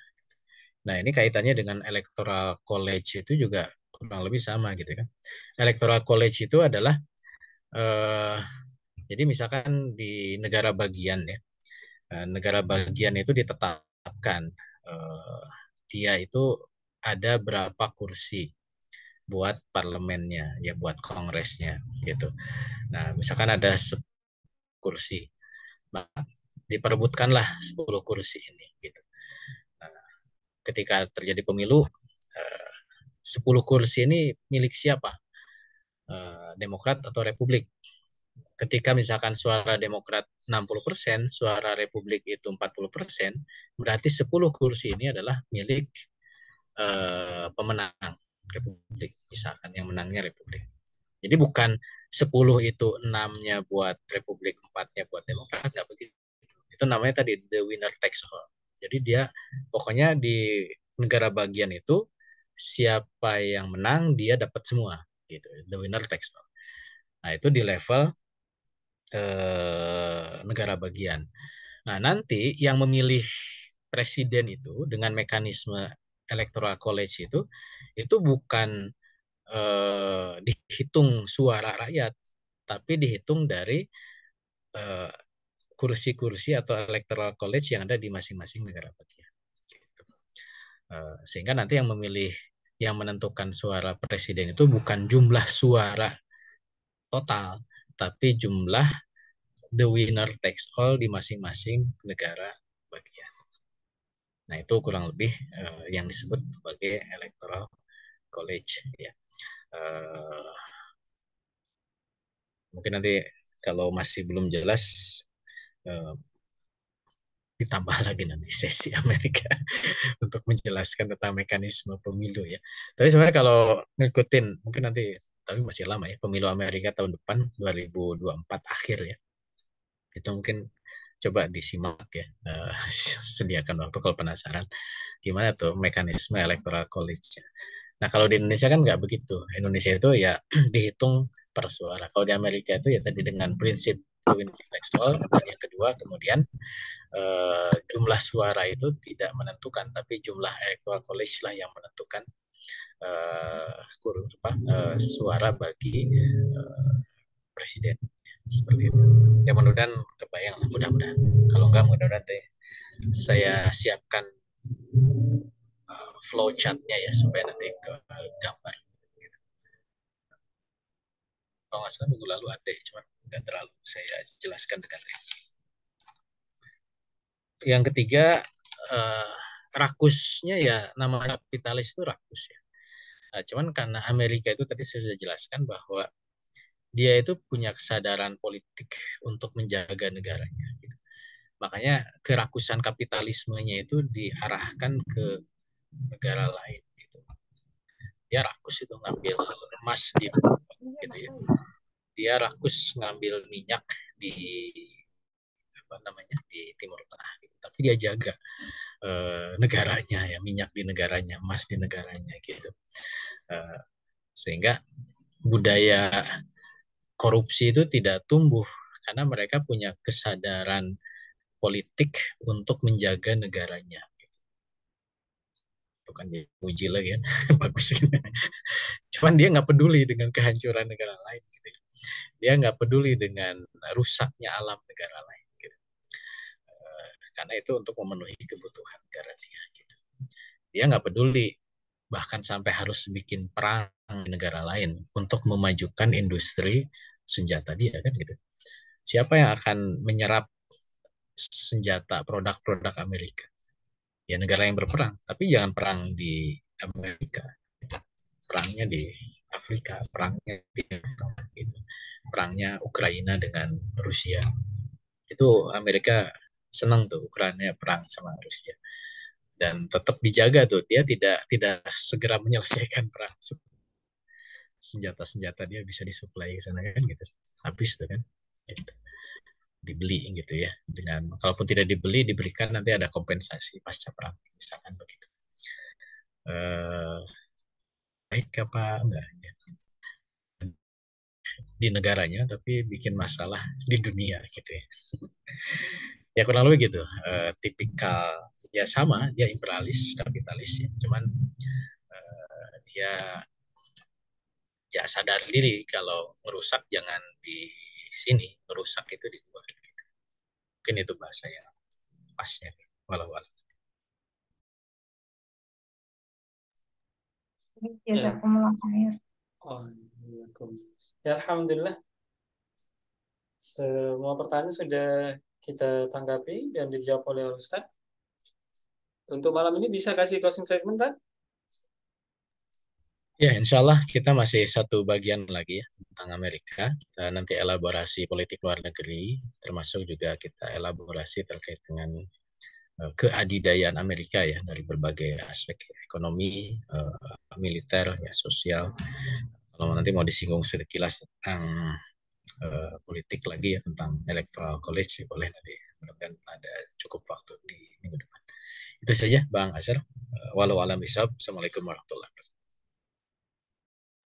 Ya, waalaikumsalam warahmatullahi wabarakatuh.